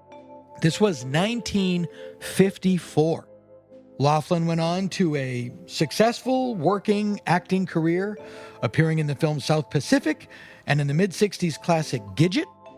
But Billy Jack was Laughlin's passion project. In 1967, he found a way to get the character onto the screen, Cashing in on the current craze of outlaw biker flicks, Laughlin quickly wrote The Born Losers, based on an actual event where several Hell's Angels terrorized some young women in Monterey, California. In this case, the fictional Born Losers gang would terrorize the fictional town of Big Rock. Unfortunately, they would come up against the fictional character of Billy Jack. Laughlin still wanted to make his point that Native Americans could not stop getting the rawest of deals when they came up against America's white power structure, whether it's the Department of the Interior or the Sheriff's Department of a California beach town. The story of Born Losers is simple if cringy. A motorcycle gang roars into a small town and rapes everybody. The cops won't stand up to them. The townsfolk won't stand up to them. The only person who will stand up to them is Billy Jack. But Billy Jack is half Native American, so the cops come down on Billy Jack. Not for the crimes of the biker gang, but for the laws he breaks while trying to stop them. You know, it's illegal to point a rifle at a rapist, that sort of thing. Billy Jack saves the day and, for his efforts, gets shot in the back by a cop. Not fatally, of course. Good thing, because the Born Losers made a ton of money, and Laughlin was able to raise enough to make the movie he always wanted to make, 1971's Billy Jack. The action is moved from California's Central Coast to Arizona, where Billy Jack is called to defend the put-upon children of the Freedom School, an experimental school for troubled youth located on an Indian reservation. The school's director is played by Dolores Taylor, Mrs. Laughlin. Billy Jack is wearing his now iconic Billy Jack hat with a Native American beaded band, and he leans much more into his martial arts skills. The Born Losers is a gun movie. Billy Jack is a martial arts film. Native American children are front and center in the abuse-taking department, and Billy Jack takes his share of half-breed insults before kicking everybody's ass. Billy Jack also perfects the Billy Jack slow burn. Introduced in The Born Losers, it's very similar to the Kung Fu slow burn, where our hero stands perfectly still and silent and takes a mountain of shit. But the Billy Jack slow burn introduces the pre-ass-kicking monologue. This sets the stage for the ass-kickery with a pre-ass-kickery speech. In Billy Jack's sequel, The Trial of Billy Jack, I swear to God, that monologue goes on for a full 40 minutes. Billy Jack had its share of production headaches. American International Pictures pulled out halfway through the movie, and filming was stopped. Eventually, 20th Century Fox stepped in to finish the film, but then they refused to distribute it. Enter Warner Brothers. Eventually, Laughlin would oversee distribution of the film himself. It made a fortune. 1974 saw The Trial of Billy Jack, a 3-hour-plus epic where the federal government, evil land developers, and abusive parents, as well as the National Guard, all team up to take down an experimental school for troubled youth located on an Indian reservation. Only Billy Jack, fresh out of prison for his crimes in the previous film and in between psychedelic vision quests, is there to kick everybody's ass. The film invokes Kent State and the My Lai massacre, but misinterprets them. You gotta call them the way you see them. In the words of Gene Siskel, both My Lai and Kent State are testaments to the dangers of arming young men and placing them in combat situations. But The Trial of Billy Jack twists those facts so as to make the killings a direct policy statement of the government. Vincent Canby of the New York Times commented with more invective, 3 hours of naivete. It didn't matter. The film made another fortune and paved the way for Billy Jack Goes to Washington, which arrived in theaters in 1977. Unfortunately, by 1977, the Vietnam War was over, the draft was gone, and the baby boomers were out of college, going to work and trying to enjoy themselves. Disco was on the rise, Star Wars was out, clothes got uglier, and the drugs of choice were not designed to expand your consciousness so much as they were designed to help you stay up late and party more. The times had passed Billy Jack by, and the film was met with critical and box office indifference. And when the public moves on, no amount of ass-kickery can get them back. But let's rewind the clock a couple years and catch up with Bruce Lee.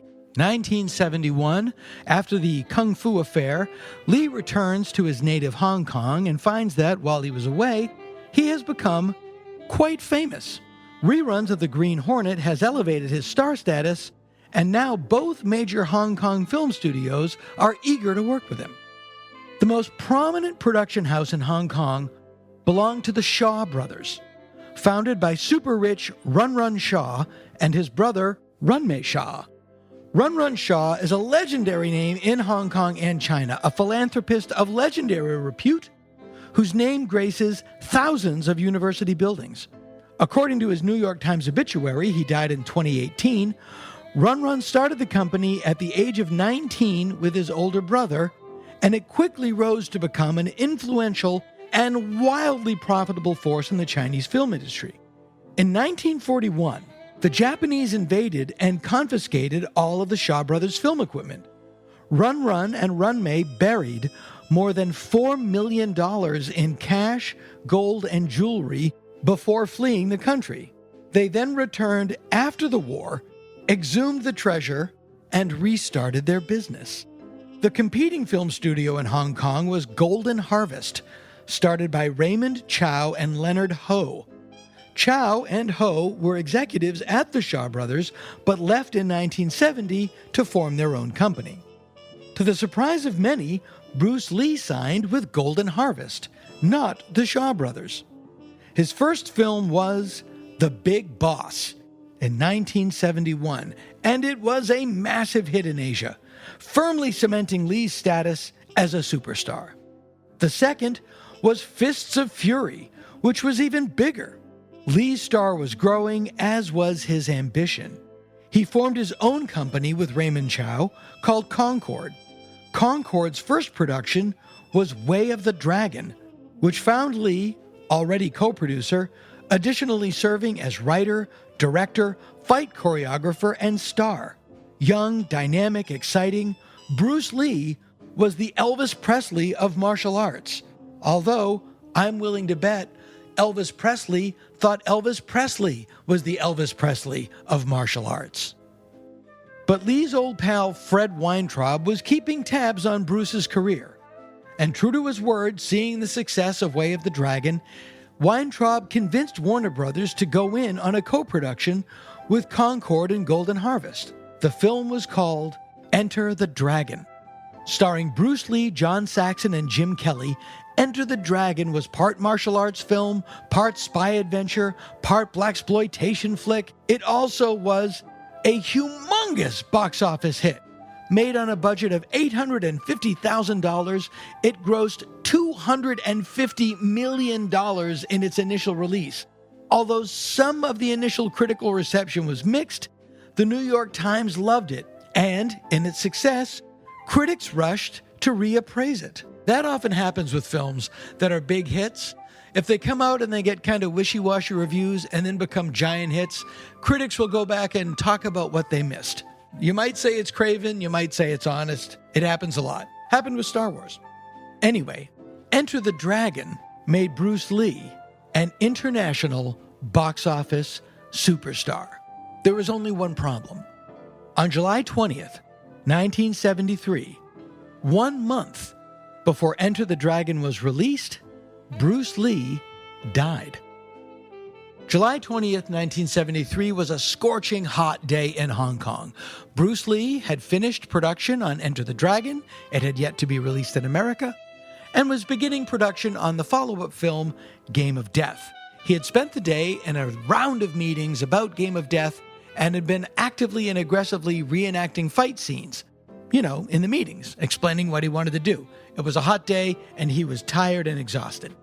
He was scheduled to have dinner that night with his business partner, Raymond Chow, and in between the end of the meeting and the start of dinner, he went to the home of Taiwanese actress Betty Ting Pei. They were, quote, friends, and had been rumored to be having an affair. Before dinner, Lee complained that he had a headache, so Pei gave him an over-the-counter medication, Equagesic, and he went to lie down. He would not wake up. Pei could not get him up. She called Raymond Chow. Raymond Chow couldn't get him up. They called an ambulance. They took him to the hospital. Lee died on the way to the hospital. Now, Lee had had warnings of health issues. 2 months earlier, he said he had a headache and then began having a seizure. He was flown to the UCLA Medical Center where they said he had a grand mal seizure, which is literally a big bad seizure. Lee's autopsy revealed The medication Equagesic was in his system. A little bit of hashish was in his system. But the cause of death was a cerebral edema, which is quite simply swelling of the brain. Of course, not long after his death, the rumors started. As recounted in Matthew Pauly's book, Bruce Lee: A Life, Bruce Lee died at the home of Betty Ting Pei. Raymond Chow, desperate to avoid a scandal, said Lee was at home with his wife Linda. The truth did not remain hidden long, and when the real story broke, it opened a floodgate of conspiracies. Bruce Lee was 32 years old and in superhuman shape. How could he just drop dead? The first person upon whom suspicion fell was poor Betty Ting Pei. Lee's autopsy cited his passing as death by misadventure, implying drugs were somehow involved. Now, Pei admitted to giving Lee Equagesic, but misadventure gave the whole thing a nefarious air. There was nothing intrinsically wrong with giving him the drug. It was like giving a friend with a headache 2 Advil. According to an article by Katie Serena on allthat'sinteresting.com, the following conspiracies all reared their ugly heads. One ridiculous conspiracy theory was that Lee was with a prostitute and taking a powerful aphrodisiac. The aphrodisiac caused him to lose control and get violent, and the prostitute, who I will remind you did not exist, this didn't happen, killed Lee in self-defense. Sure. But the conclusion that most people leapt to was that Lee was murdered. By who? It varied. The American mob, Japanese gangs, the Chinese triads, Lee's own family. The reality is, Bruce Lee died of a cerebral edema. No one knows what caused it. But Matthew Pauly does have a fascinating theory. July 20th, 1973, as I said, was a brutally hot day, and Lee spent it aggressively acting out scenes from Game of Death. He was hot, he was exhausted, and he was sweating. But he was not sweating as much as he should have been. As reported in Pauly's book, Lee had had the sweat glands in his underarms surgically removed some months prior, as he didn't like seeing his big sweaty pits on the movie screen. The reduction in Bruce Lee's ability to sweat might have increased his body temperature, which triggered a heat stroke, which triggered the cerebral edema. The only thing we know for sure is that we don't know for sure. You don't like looking at your sweaty pits, and it gives you a cerebral edema? The law of unintended consequences. Everybody was kung fu fighting. Those kids were fast as lightning.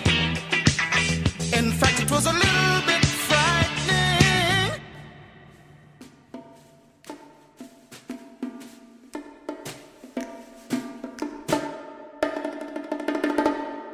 It is a beautiful sunny day high atop the Mulholland Drive view shelf here in sunny Southern California. We're at Falcons Lair Recording Studios on an international Zoom with a fine comedian and a very dear friend of mine who I've known more years than I care to count. And he has a brand new album out called In the City. I guess it's hard to say it without... Now, it's so funny. All right, well, let me just introduce you and then we'll get into that. The lovely and talented, also Smartest Man in the World podcast. Yes. And In the City. And, of course, most beloved as Mr. French from Family Affair, Greg Proops. Thank you, Buffy. Jody. Hello, Buffy. I've wrapped myself in bacon for today's interview. When you say In the City, I immediately in my head hear, in the city. Right? And that's the Eagles, right? Yeah, it's the Joe Walsh song. Somewhere out on the horizon. Right. But I'm a much bigger fan of the Jam. But there In the City doesn't come to mind because it's a little... You don't normally hum. Yeah. Isn't that funny? Everybody says that, and I think it too. And even though In the City by the Jam is a much better song. Much better song. In the city, there's 1,000 things I want to say to you. Right. It's pretty rocking. Yeah. It's hard to hum Jam songs, I think, is part of it. That's part of it. Why the Jam wasn't as popular as they might have been. They weren't what you call toe tappers. He had my favorite quote, Paul Weller. He was a vegetarian for about 15 years. And they interviewed him in like Enemy or Mojo or whatever. And they said, why did you stop being a vegetarian? And because he's Paul Weller, he went, because I was fucking hungry. Yeah, that makes sense. I was watching like raw footage of somebody interviewing Paul Weller, and then they said, do you want to just, so we're done, turn to the camera and say, hi, I'm Paul Weller, and you're watching so-and-so, and he goes, that sounds naff. That sounds naff. Go fuck myself? Yeah. What? Yes. If you will. No, we were talking about our less than intellectual skyrocketing immediate family and certain socio-political allegiances. I don't talk to my family at all about it, so I don't know what their feelings are about the January 6th of it all. I know that they thought he was a moron when he was running.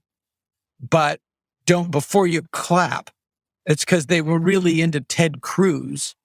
Oh, no. And so I don't know where they are now. I mean, these are my family and I love them. They're single issue voters, and that issue comes with a bolt action cartridge. So I don't know, but then they came around to him because he was the pony, you know, as they say, Yeah, of course. Democrats fall in love, Republicans fall in line. And I have to say, to their undying credit, they know I don't want to hear it, and they don't bring it up. That's nice. It's great. It's great. But it makes it for easier, conversing. I mean, I don't. Yeah, I don't and this is what we'll converse about. Helen Crump was on Bonanza, like, because we all watch MeTV. So we all watch MeTV all the time. So we just immediately go, the skipper was on Perry Mason last night. Did you see it? Yeah, I saw it. I remember that episode. I know. Yeah, MeTV is a good way to start. It really is, right? You watch MASH, and you're like, it was a Whiplash Willie episode. There's a few common ground things. I mean, they come to my shows. No, I believe Harry Morgan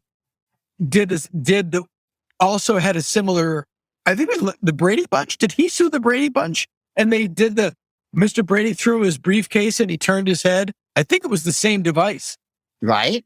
Oh, right. And he got whiplash, and so he filed a lawsuit. I believe that was Harry Morgan, who will forever be Bill Gannon in my eyes. Wasn't there a Harry Morgan episode of MASH earlier on before he was where he played like a crazy general. He's a racist. He said he wants the guy to sing Camptown Races. But first, the number. What? A musical number. That's the part I remember him saying. How about a number? Right? That was amazing. Kat, my fiance, and I, when we first started dating, I introduced her to the wonderful world of Dragnet. And she had an observation. Again, it's like an observation that only a woman would have. As much as she loves Jack Webb for his basset hound-like appearance, and the true silent scream of Joe Friday's life. Got plans for the weekend, Joe? And I figured I'd go home, open up a can of soup. Like, he's not really living large. Yeah. Glower at the Bible for half an hour, or glower at the law book or whatever. Yeah. But he said, the penal code. She said, "You've never seen disdain like Jack Webb waiting for a woman to stop speaking." Oh yeah, yeah. And then didn't Harry Morgan always go, "Why don't you come over? Gladys and I are having some friends over." Always inviting and Joe. He'd be like, I don't want any social contact. Yeah. Tonight is the night I'm going to wash my bullets. Like, the 50s version is so existential, and the radio version, it really is like a really existential police procedural. And then when we get to the 60s, the guy who played, wasn't he Red Nichols? And he plays the hipster in Jack Webb, plays the hipster in Sunset Boulevard. Yeah, he's Joe Green. He's the hipster friend. Like, he's the one who smokes dope and has jazz parties. Yeah. All of a sudden, it's smokes jazz cigarettes at his jazz party. Yeah, all of a sudden, it's Fear of a Teenage Planet, and teenagers are gonna like, what's his name? Richard Mazur drowns a doll in a bathtub, and that's right. It is Richard Mazur. That's right. Yeah. I thought it was in my memory. It was Rob Reiner, but it's Richard Mazur before the mustache. Yep. Or Mazur. Yeah.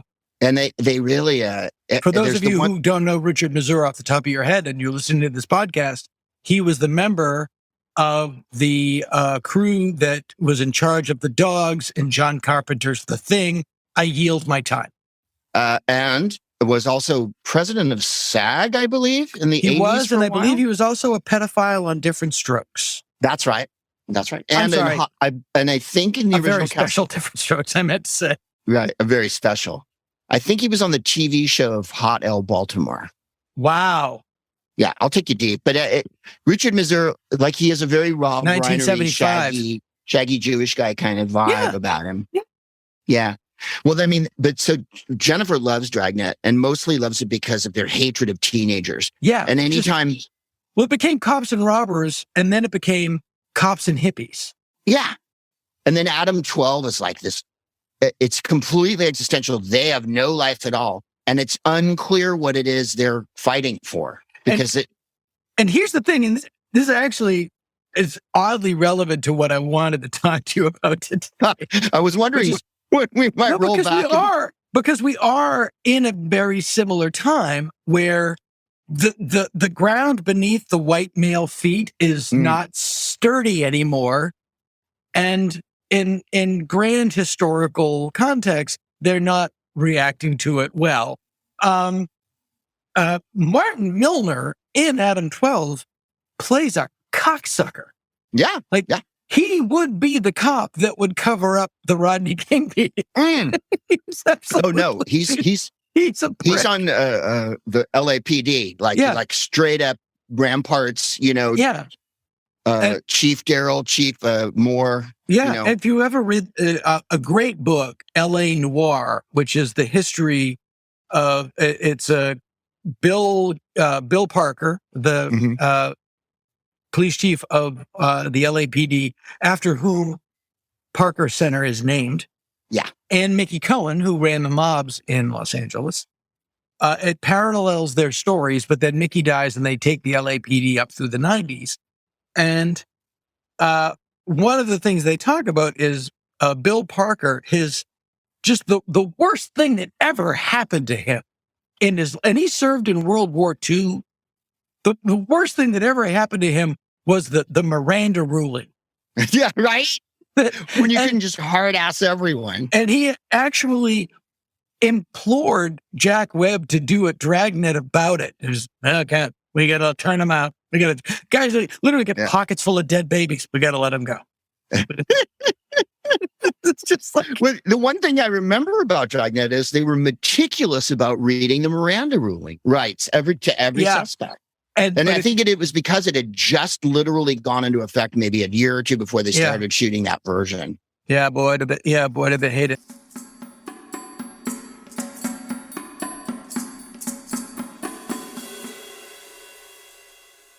I was talking to Mark Maron about this, and you were just on WTF, and I'm coming up, and we sort of covered the same ground.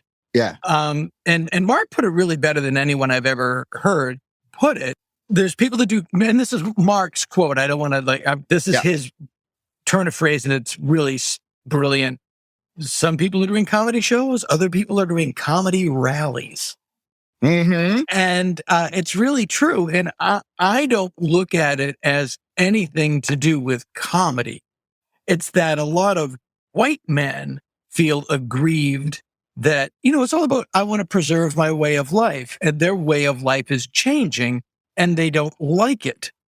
And they're not going quietly. Why should they? 2,000 years is a pretty sweet run. And a lot of white men happen to be comedians, and that's why it's reared its head in comedy. It's nothing specific to comedy. It's just a thing that we're going through right now. It's not specific, nor is it specific to men.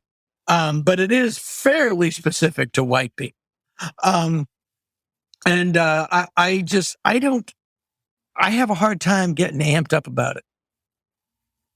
Amped up about comedy or amped up about... the comedy Civil War. I'm like, okay. Well, dude, right, great. I always say to people, I started probably doing stand-up as a teenager in the late 70s. And then got serious about it. Our in the early 80s. lives, we go back so far, our early sets are being colorized. Yeah, no, mine's on the stela in the town square in Abyssinia. I only had a short amount of time, so I would have to wear a spindle when I went on stage because that's all I had. Right? To chime you out. When I started in 82, let's say, and Me too. in San Francisco, by the way, which is still 82 in Boston. Right. It was still hipper than, like, say, LA or New York. Then, Hell yeah. because we had more inside jokes and more crazy people or more intellectuals. And also, as Warren Thomas used to say, Elvis, we had Robin, and Robin is that social conscience, stream of consciousness, lefty, left brain, intellectual, Marin type that informed so much of San Francisco. And it really was even as a guy from Boston, which was the other the East Coast second city. Yeah. San Francisco was this sort of like a very different place. It was as big, it had as big a comedy scene as Boston had. But whereas Boston was combat training, San Francisco was like, no, you'll have your own fan club in a week. It's like, they had newspapers and you were a radio star. And I got out there as soon as I could. Right. Well, the other cafe ruined more comedians for playing on the road than any other comedy club because the crowd was so smart and so with it and so, willing to go there. And then you'd go out and do a week in Oklahoma or something and everyone would be staring at you because you're just throwing concepts at them. But I mean, I was going to say, even then in 82, the majority, and when I started going on the road as an opener and a middle act for national acts, many of whom were heinous beyond measure, and there were no women. There was like 4 women, and very few black guys that were headliners. And 3 of them were Rita Rudner. Right? Exactly. It was guys Rita Rudner, Elaine Boozler, and Rita Rudner. Right. It was Michael Finney and Fred Greenlee and I can think of 100 of these guys. Yeah. Anyway, they were all nice enough, I suppose, at the club, but really not doing anything groundbreaking on stage. Right. And the sexism, the Chinese driver jokes, the gay jokes, there's a black guy in the front row, don't leave your tip out in front of him. Like, that was common coin. So the idea that it's worse now and that there's a bunch more redneck guys, it was when I started.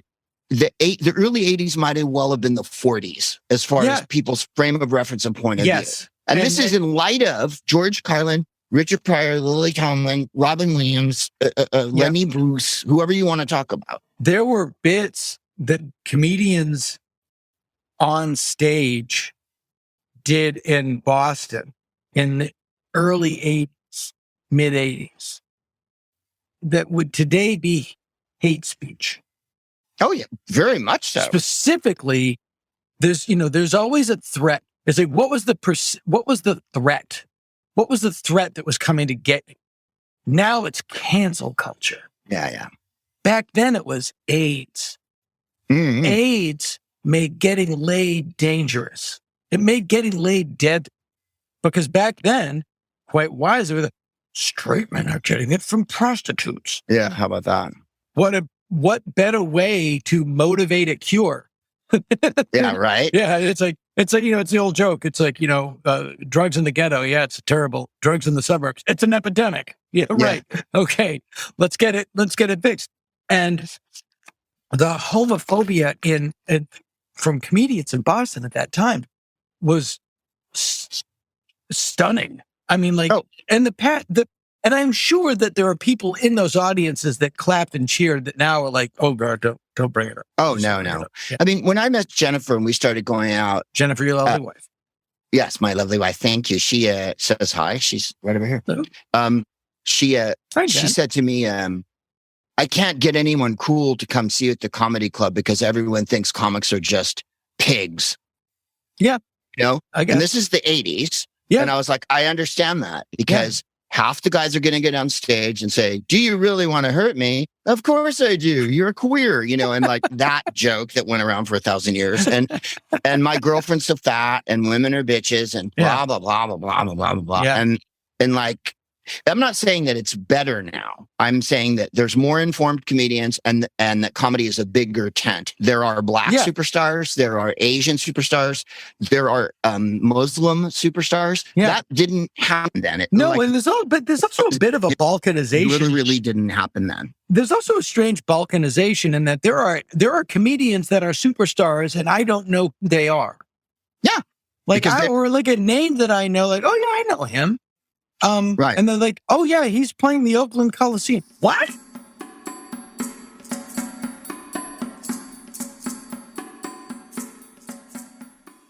Because we're not included, we like you say, there was that weird striation that started to happen in like the after the boom. Yeah. And then when they started calling comedy urban and all those things, then the Latin comics, we weren't all on stage together like we were at one point when we were all jumbled together. Then it was like, it's black or it's queer night or it's this night or it's night.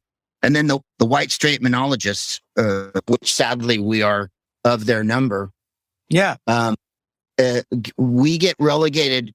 Why is the Venn diagram of comedy for casual comedy users always include everybody? Like they'll go, "Oh, you're a comedian. Yeah, my cousin likes, for instance, whatever, Gallagher or Rogan." Right. Yeah. And like I wouldn't go, "Oh, you like music? That's funny," because my cousin likes Ride of the Valkyries and my other cousin likes Toby Keith, and it's almost the same thing. Yeah.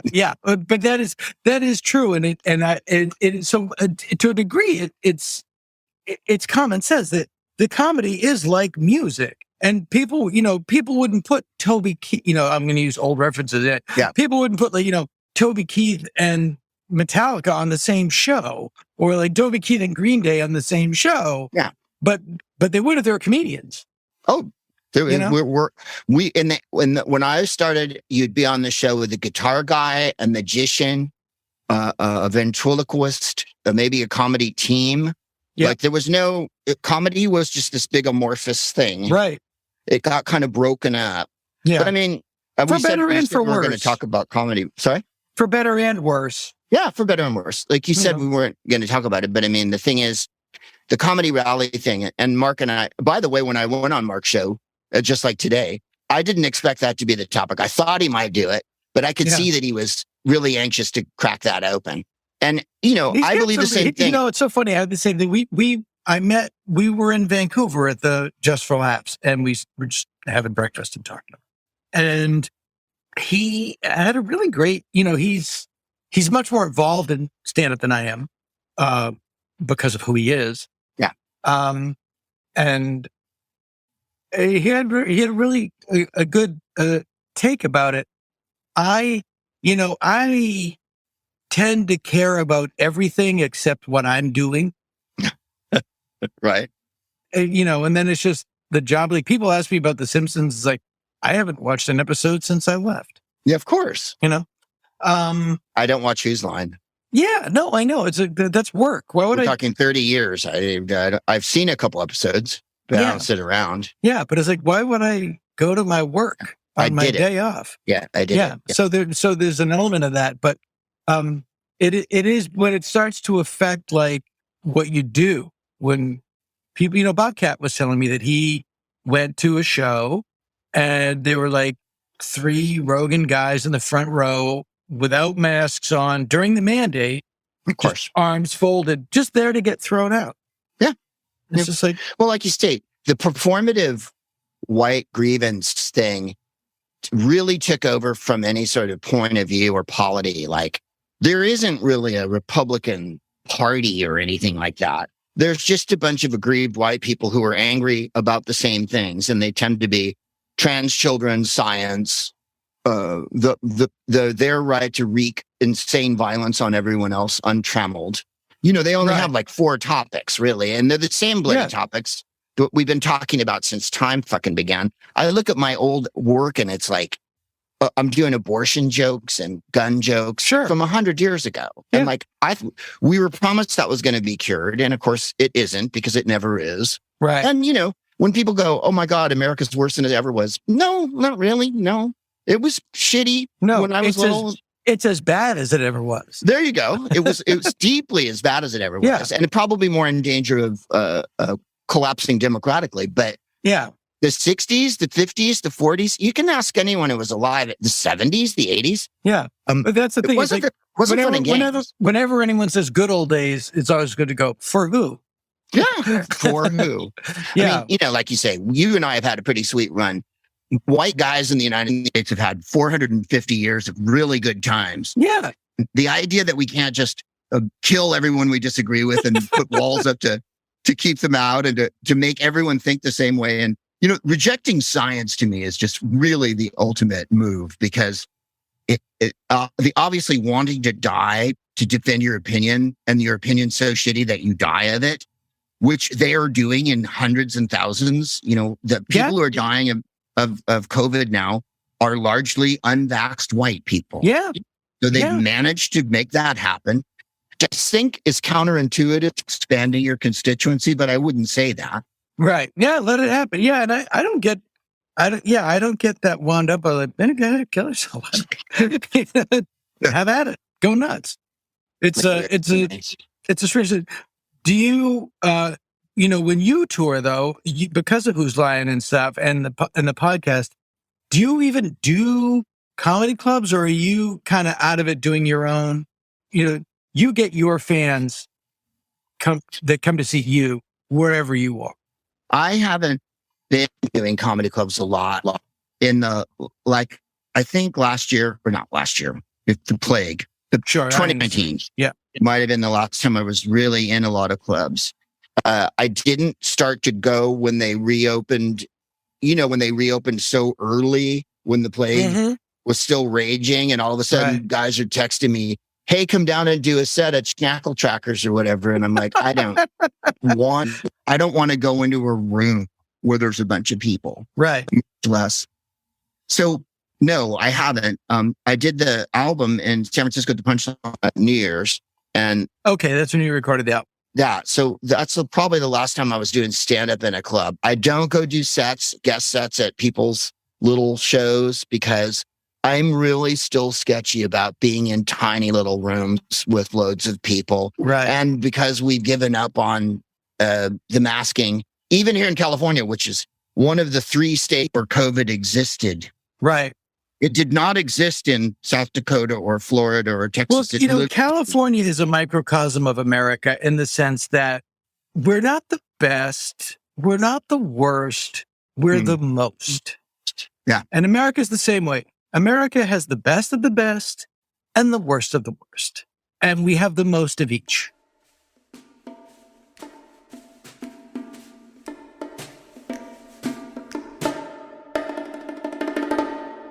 You say about stand-up, I mean, I was really trying to keep my shows, like headlining in clubs, having to have women open for me and middle for me for the last several years. I gave up about 4 or 5 years ago, like having 30-something guys.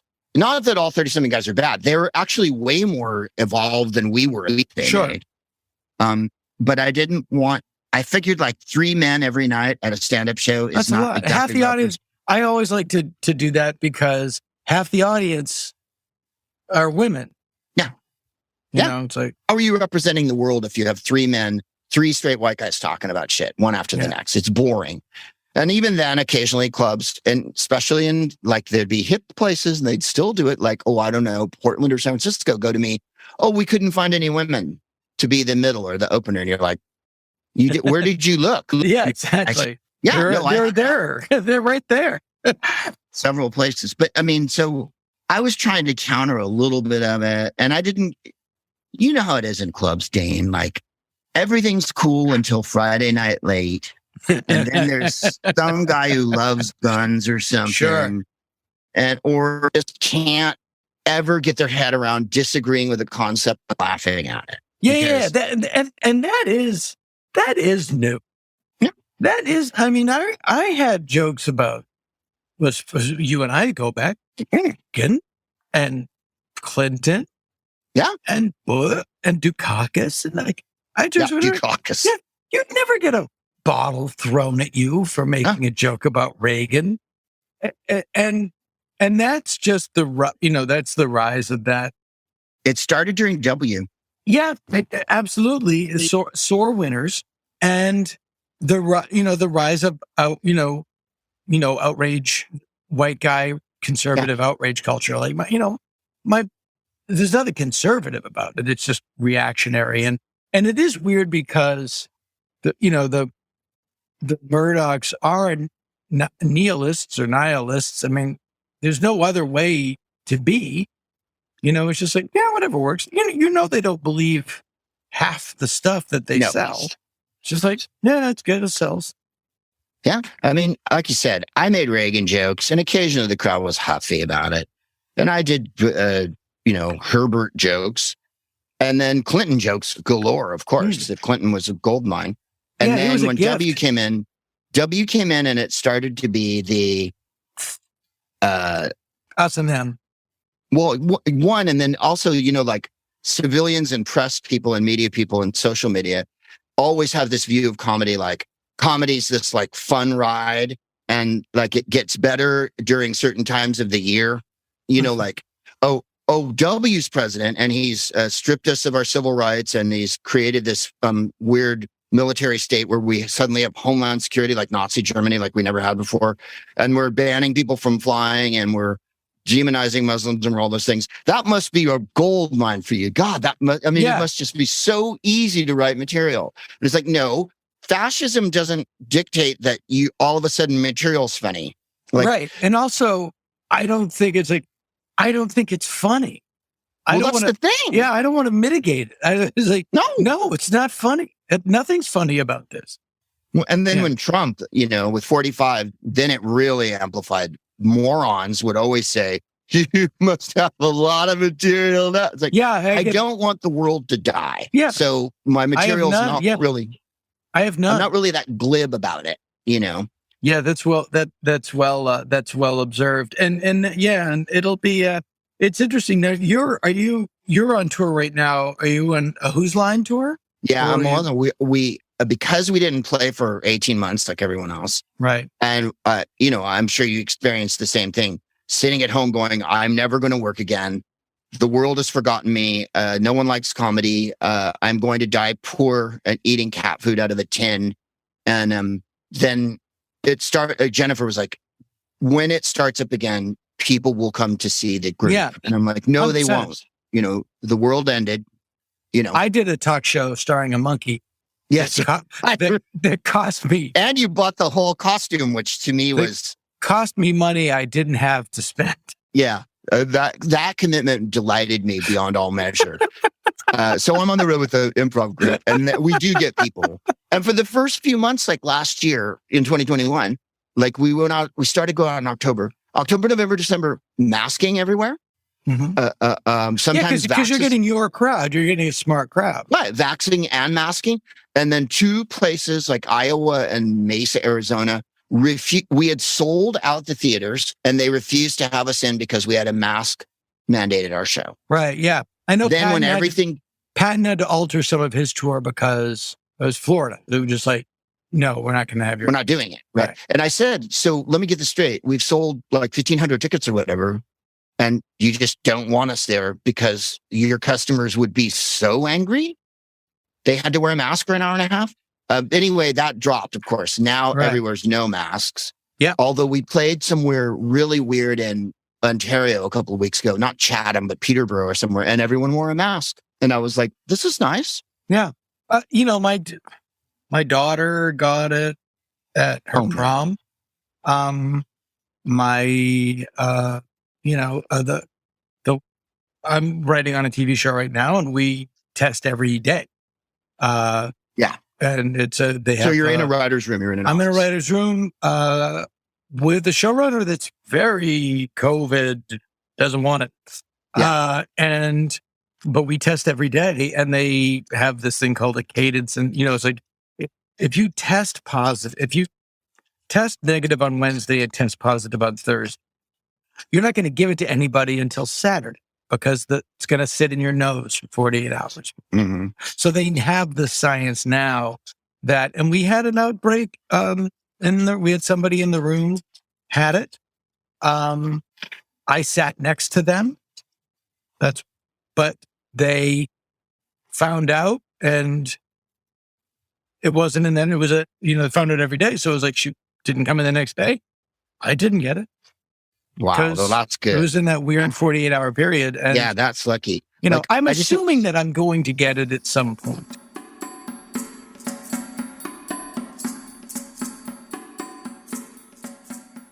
Oh God, I can't get it. I'm so trying to avoid it. We just went to Canada, like I said, for 3 weeks, and we're going this weekend.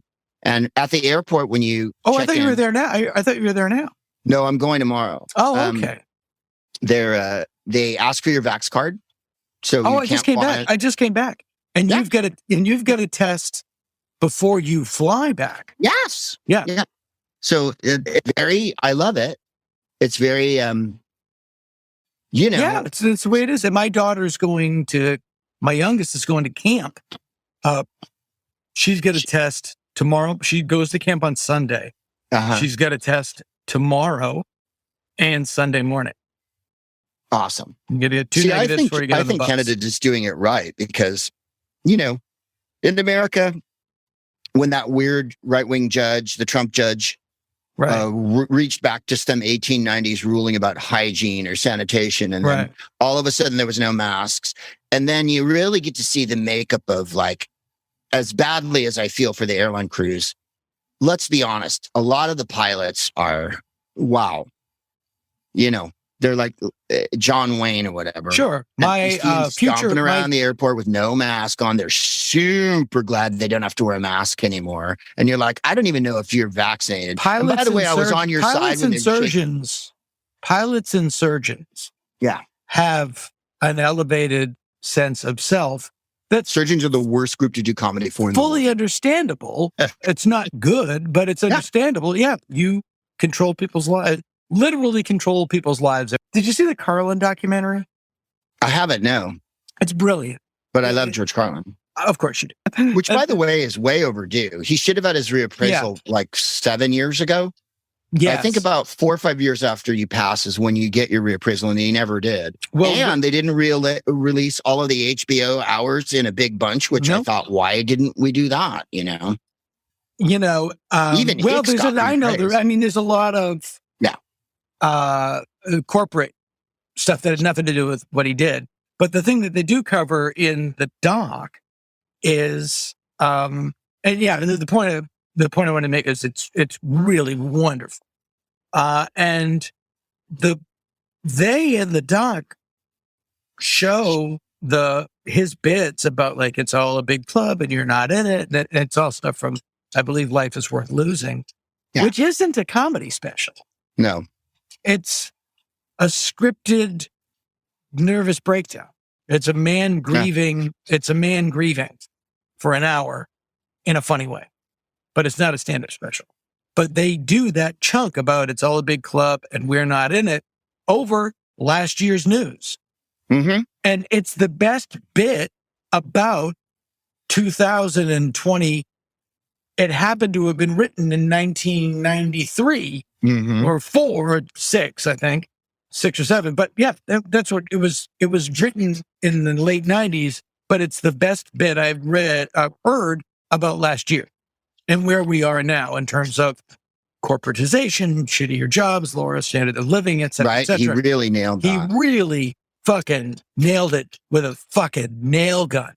And he's also, he made that decision in the 60s to not talk about people by name, politicians, but to go, what was it? The big ticket items, life, death, God, drugs, blah. Yeah. He considered political timeless. It keeps it timeless. Yeah. Right. Yeah.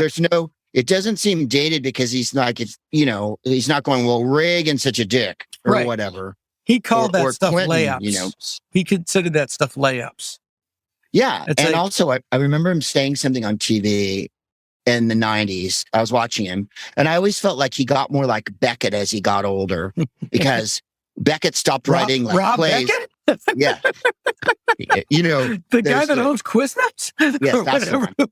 And the Domino Pizza guy, he's great. Or is it Little Caesars? No, Becker owned Rob Becker. It's Rob Becker, yeah. He owned a Togo's. Togo's.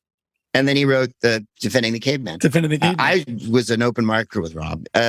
Sure. But he said, I mean, like Beckett distilled what he would have put in a long play. By the end, it was Craps Lost Tape, or the one where the woman's the ones were buried in their head in the sand, and there's a spotlight on their lips, and it's all existential dread. Like we really just boiled everything down to you're born astride the grave, right? And so I felt like with Carlin, he would come on Carson or whatever show and really speak in salient epigrams. He didn't blather and he didn't tell stories or tell a bunch of jokes. He would say 2 or 3 lines that he had thought of that absolutely encapsulated how he felt. And I remember someone said to him, why don't you do more like political satire about the current events? And he went, there's a lot of smart guys on TV. And that meant in those days, Jon Stewart, Bill Maher, whatever, who think they know, they want to tell you how you should think. And I'm just not part of that. I'm not that comic. I'm going to stand on the sideline and I'm going to comment on the whole thing. And I think it serves the comedy 1,000 times better than my comedy or anyone's comedy. Sure. I'm not comparing. I'm just saying. So he did become, I mean, Kelly Carlin talks a lot about this because he did seem, if you didn't know him, you would think he was a nihilist, a complete nihilist at the end. And it was like, yeah, we're all dying here. The world's going to end. Fuck you. And it wasn't that. And in his life, he married, he believed in love, he believed and he believed in, the brilliant thing about the first bit that really set people, that set the sort of liberal, agenda on edge was the planet is fine. And people immediately, and then because they never listen to the other half, which is the people are fucked. Yeah. And somebody's just saying, it's like, we're not hurting the planet. Yeah. We're hurting the planet until it decides to kill us. And then it will fix itself and go on for another billion, which is true. I always love that part. Yeah. I think he was a humanist, Yeah. I mean, and it's just a shame that he might probably right. Oh, no question. No one's mourning us. There's not even going to be a group of no one's going to sit around with beers and be like, God, humans. They were really great. We almost got there, didn't we? I think he was a humanist in a lot of ways. And I also feel like he dealt with his own. He wanted to be in show business like we all do. Right. But I didn't get that there was he understood that he wasn't going to be like a movie star. He's in movies and he's perfectly fine. Yeah, but he took a long time to swallow that. Absolutely. And I think they tried to give him sitcoms and he wanted the kind of thing that a lot of mainstream comics that are better sitcom type comics than him. He's too, like Jonathan Winters was too all over the yard. Jonathan Winters is a child of the universe who had so much to say in so many directions that it baffled people. You couldn't put him in a box and you couldn't make him funny all the time, consistently doing the same thing because he did not want to do that. And Carlin was too pointed and a little too, like you say, people read it as doom when it's not. Right. It's not doom at all. It's absolute logic. And he talks about that because in 1994, he had the George Carlin show. And that was after that big transcendent special Jammin' in New York where he did The Planet is Fine. And it was such a huge, like, oh my God, this guy's back in a new version of him. I mean, like it was, I don't even know it. I can't even give you a musical example of a guy that was successful, changed, but was successful again, had a big period where he was out of style, out of step with culture, but kept the 80s was not happening. No, and he didn't know what to do, but to keep doing what he did. Maybe Roy Orbison in a weird way. And then suddenly, boom, he was back in a huge way. and they gave him a sitcom, but he's not a sitcom guy. I mean, there's a reason Seinfeld is perfect for a sitcom. As they said, Seinfeld is a show about nothing. Right. That's what Jerry does. Cotton balls, chapstick, bicycle chain. Washing machines. Right. That's it. It's perfect for that venue. The galling thing for people like Carlin and you and me to a degree is that doesn't get you $500 million in syndication. It's like, yeah, I don't really think much about anything. And look at this. I shit money. It's a weird thing that happened to my body. The format for him was not television. It was albums and concerts. Yeah. And being recorded doing concerts. And the other format, I think, if you were going to make a TV show with him, was you would have let him speak on topics every week. Yeah. And he didn't need a panel, and he didn't need an interlocutor. He didn't need someone to guide him. He knew exactly what his vision was. Yeah. He was absolutely meticulous about his writing and where the direction he was going. Yeah. And he didn't, like you said, he had years in the wilderness like we all do, but he didn't. When I saw him live at the Comedy Store years ago, he goes, "Do you mind if I read this part?" And I don't improvise, I memorize. And he took a piece of paper out and he started to read a bit. And it was word for word, meticulous, hysterical, and everyone fell over. He just hadn't committed it to memory. Yeah. And it was on the page. And I remember saying to Jennifer, "Oh my God," because my process isn't that way. Yours, I'm sure, I don't know how, everyone's got a different one. He had obviously edited and honed until it was exactly word perfect. Every comma, every semicolon, every inference, every repetition. And I don't do that way. I improvise, blah, blah, blah, blah. And like, I was blown out of the water at the craft.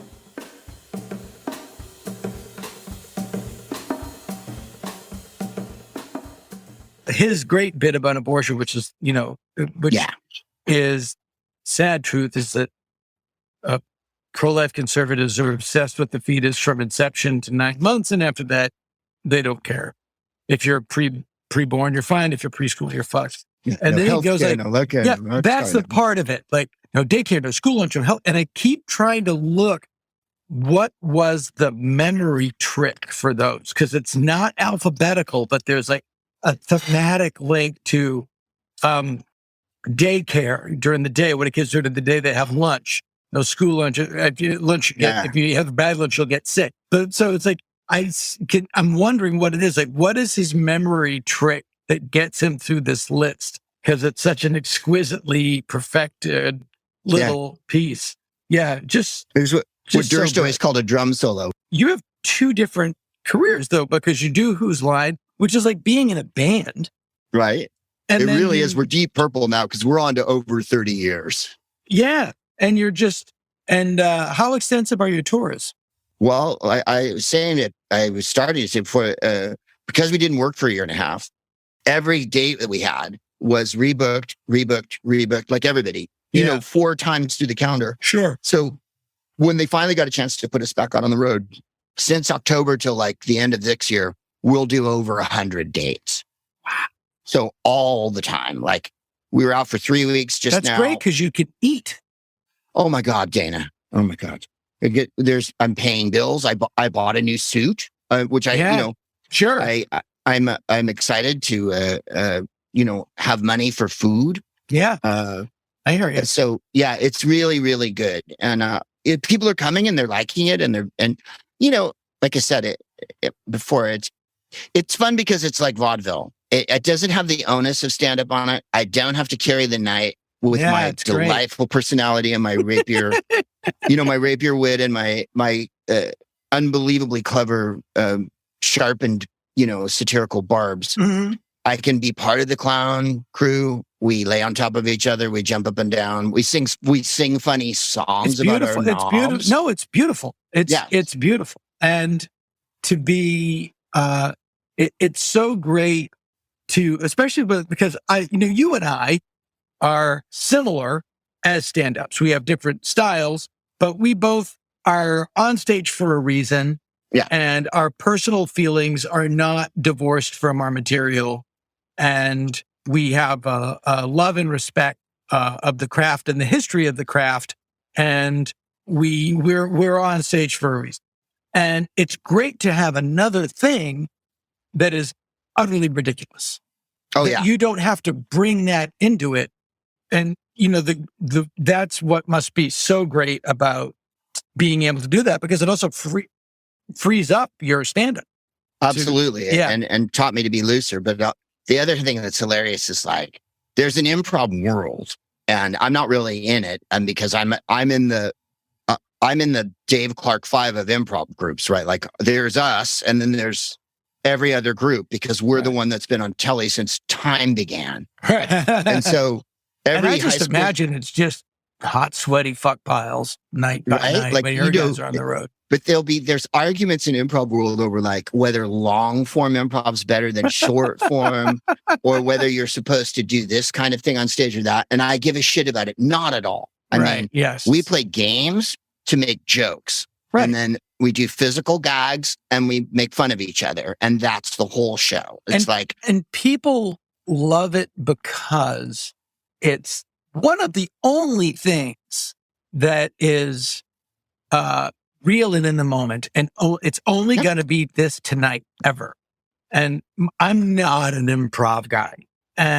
But even when Bobcat and I would tour together, when we would go on stage before we started to get into the my bit, your bit, my bit, we would just fuck around. People loved it because it's just, you can't fake it, you can't hide it, and you can't recreate it. It's real, it's in the moment, and it's galvanized. The ephemeral nature of it is what appeals to me the most too. Like, people are always like, why don't you tape all the shows? And why don't you record this and that? And it's like, well, for one, if you listen to it back, you would be lacking all of the context for what happened that night. Right. So therefore, it would not actually be as funny to you. It would be dated and weird because a lot of the jokes are specific to where we are and what's happening. And what the audience says at one point in the show becomes the running gag of the show. And so we'll be doing jokes about something someone said in the first 10 minutes of the show at the very end of the show, which, as you know, makes you a genius.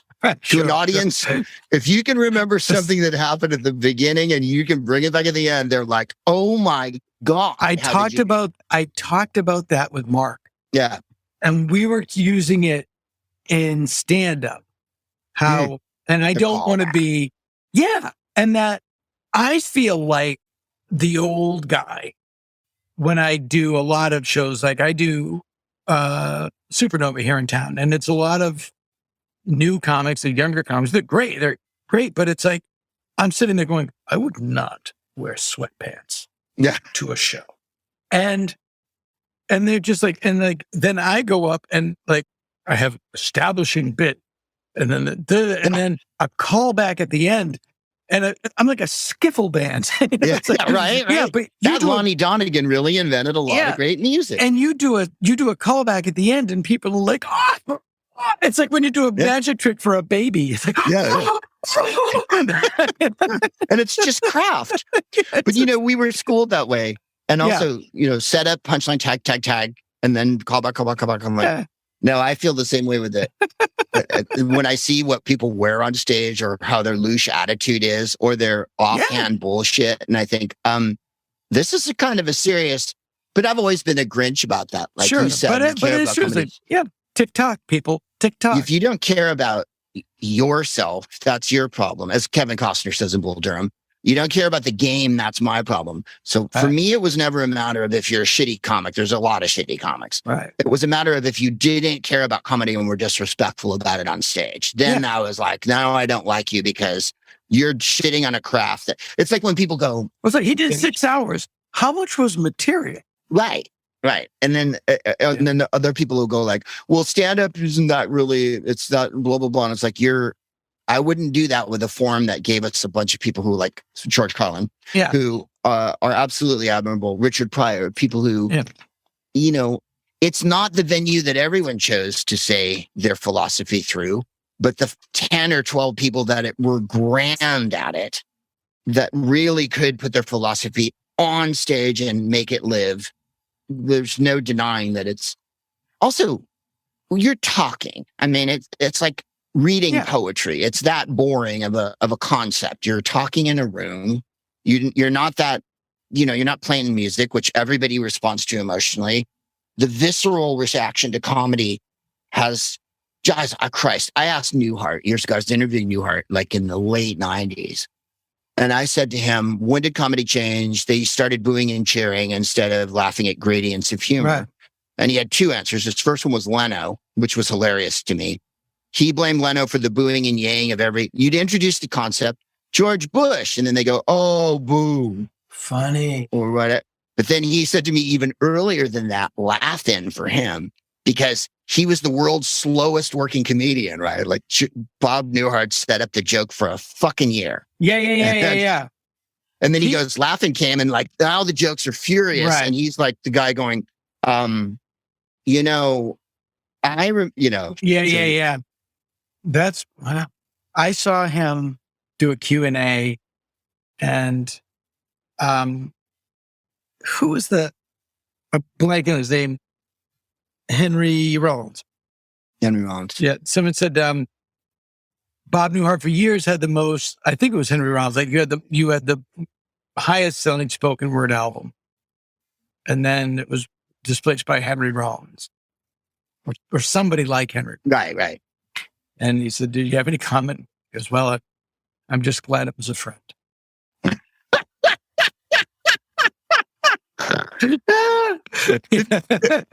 He's so funny. The other thing that was awesome, I don't have to do anything. He's really pointed. That's the other thing about all the comics from the early 60s. They literally were, Lenny Bruce was at the vanguard of being really super pointed and all that jazz. But honestly, Jonathan Winters and Weirdsvilles and Bob Newhart, and they really were trying to take people out. Bob Newhart is a subversive comedian who looked at the corporate paradigm and decided it was shit, and decided to be the bland face inside it. And that's how he was going to get around on it. And he was 31. He made the first record. And I said, so you'd never done stand up and you made an album. Were you confident, or did you just think you were funny? And he went, I thought I was funny. And I was like, I love this. 31. Because you and I started as children. Right. Yeah, no, really. And I'm still not that funny. That's what people go, how long have you been doing it? Which I hate answering now. Because I'm like, I really should be funnier than this. Like Rembrandt got better, and then Matisse lost his eyesight, and then he did bigger things. I think I'm in the Matisse period where like I can't see anymore here, but I'm still trying to, make. No, I really enjoy. But the great thing is, and then I'll let you go. I don't keep you all day. But the great thing is, because you have Who's Line, and it does free up your comedy to. I don't have everything invested in this, and that makes it better because I can care less. And I don't mean care about the performance, care about my responsibility, care about the effects of what I do. It's great to be able, and it allows me to do it for the sake of doing it. Oh, absolutely. It's a real safety valve. And especially after 2 years of being contained during the plague and worrying all the time, improv is an awesome, I'll say to the guys when we're walking on stage, welcome to the best job in show business. Yeah. We eat our takeout food. We don't rehearse because we're an improv. It's antithetical to the. Yeah. And I couldn't take the stress. How do you guys know what people are going to do? It's like, I've worked with Ryan since 1990. Yeah. And we've been on the road together since 1999. So I got a pretty decent idea of where things are going to. Yeah. But it's like, I trust this guy. That's it. It's more that. It's not, I don't know what he's going to say. That was a good thing about, and it's not improv, but like when Bob, Kat, and I would perform together, it's like, I know this guy has a fastball. Yeah. So I'm fine. Yeah. Someone points at this fence and hits a home run in our show. And I know that's going. GregProops.com. The album is in the city. The podcast is The Smartest Man in the World. Currently on tour with Whose Line Is It Anyway. Thank you for taking time to come by. Buy that bag. Other podcasts reach for the sky. Dana Gould. We barely try.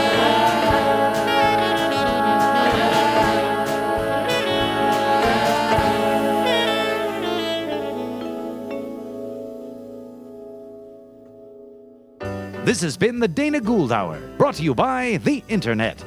Music by Andy Paley, with Jake Posner behind the board. Produced by Jeff Fox. Graphic design and web production by Spencer Hunt and Segan Friend. Sound editing and post-production by Jalinda Palmer and Joe Napolitano. Hey, if you like the show, why don't you drop us a line at show@danagould.com. Tom Kenny speaking. I'm a DJ, I'm a DJ, I'm a person, I'm a person, I'm a singer, I'm a singer, I love to sing and DJ. Boom! Peace out, peace out. You want me? Peace out. Boom.